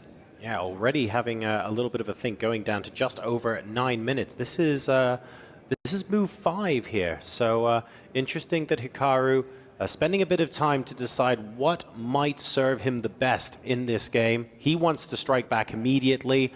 He wants to be aggressive. We heard that from him in the interview. He's not interested in hanging back, biding his time. He wants to be as aggressive as possible. Queen A4 on the board. And the bishop blocks the check and plants itself on a really nice square, challenging that Catalan bishop. More trades off the board. Happier will be Magnus Carlsen. But it does come with a pawn sacrifice, a temporary one. Temporary one. Will we see that sacrifice accepted? We do. A trade of bishops. Hikaru goes up a pawn, but this is only very much temporary. Black can win the pawn back in multiple ways. And let's see. One of the ideas here, a check, first of all, hitting the White King. If this is blocked by the White Knight or the White Bishop, then the Black Queen can recapture on C5. I think this is the most pain-free variation, and very tough to imagine anything going wrong for Black here. It's symmetry. We saw what happened in a symmetrical endgame in the previous encounter. Very, very surprising that Hikaru has allowed this. Magnus actually goes for a different path, but same idea, to get the queens off, to win back the C5 pawn. I have to say this hasn't been an opening success for Hikaru in any imaginable way. Yes, you win that pawn for just about one move. Magnus playing super actively. You take that queen, the knight would have jumped forward, threatening some deadly forks on C2. C5 pawn about to be lost, which can now anyway be picked up. But Hikaru setting up an idea, attacks B7, and Magnus continues to chase for that endgame. So consistent, so effective from Magnus Carlsen. We know his match strategy. He wants the queens off as soon as possible, as easily as possible in every game. He won game 1 with the queens off, and Hikaru here struggling to keep those important pieces on. No aggressive chess without those queens, unfortunately, especially with the symmetrical pawn structures. There we go. At least this last move from Hikaru showing his intentions. He wants a fight. He wants a middle game. He's saying maybe there will be an end game, but you'll have to sweat for it a little bit. And that's a good sign. But I'm not liking the position as it exists. For White, it just feels like you're a little behind in development right now. Black's rooks already connected. The bishop knights playing beautifully. Meanwhile, for Hikaru, bishop on C1. Rook stuck at the corners of the board. Right. One move away from castling, a couple of moves away from completing development. This has to be advantage Black. When you castle, you don't actually have the Fianchetto bishop anymore either, so you've just played G3, and you're struggling for development. At the same time, we've got A3 and the tempo 1 against the Black Queen, so Hikaru's going to be able to buy himself some time to complete some much-needed development. You know, Where do his pieces need to live? Difficult. Especially for the Dark Square Bishop here, Tanya. Absolutely, and I think he's trying to get that Dark Square Bishop to Fankato itself on B2, get that B pawn rolling up the board with tempo. It is early days in this match, I know, but I think this has the makings of a mini match. If Magnus, with the advantage, the piece flow that he has, he's able to create something, I mean, a 2-point deficit is impossible to come back from. Yeah, if Magnus wins this one, Hikaru, his head will be down. I'm not sure he'll believe anymore. I think a draw in this one for Hikaru is not the worst result. At least then he'll get on the scoreboard, still plenty of action ahead. Small advantage, very small advantage now according to the eval bar for Black, but at least White's king can castle. As we said earlier, it's just the Catalan opening, a very healthy opening, but without White's beautiful bishop on G2 and without Black's problem piece, the problem child of the Catalan opening, the bishop on C8. The fact that Magnus has traded, just like the previous game, the fact he's conquered the open D-file bodes well for him. Still level on the eval bar, but Hikaru needs to do some damage limitation. Both players know it as well, of course. A Catalan, but a better version as far as Magnus is concerned. They will have to put that out of their heads. Hikaru will have to say, well, okay, that's great, but what's the objective best move here? Where should my pieces be considering? I don't have that light squared bishop anymore. What different combinations of pieces, what different possible attacking setups can I employ now that the composition of pieces on the board is a little different to what I'm used to? This is a dream Catalan for Black. You know, you've gotten rid of that most important Fankato bishop on G2. Your own problem child gone. The C7 pawn, which is usually one of the big problems for Black, a weakness to target, that doesn't exist on the board. And I think to answer your question, Hikaru does want to Fankato his own bishop on B2. He first had to defend his knight from the attack by the Black rook. Right. So bishop is headed to that longest diagonal. This is the best position he's had since move 5. Hikaru Nakamura, the white knight, at least finding a good square. The black rooks look decent, at least they will do. The other one likely to land on C8, but the white bishop, that was the problem piece. It is developing. So very much a level position now. Hikaru, definitely the last 5-6 moves have gone in his favor. I'm going to say he's been able to not allow Magnus to land any concrete punches. And okay, still plenty of game ahead. If the queens come off though, I'm expecting Magnus to try and trade queens in the near future. Still should be safe enough for Black. And I want to point out a little bit of a psychological warfare. You know, we've set the stage for what's at stake for these two players, that grand final spot to fight against Ali Reza. But for Hikaru, it feels like in the recent past, there has been a mental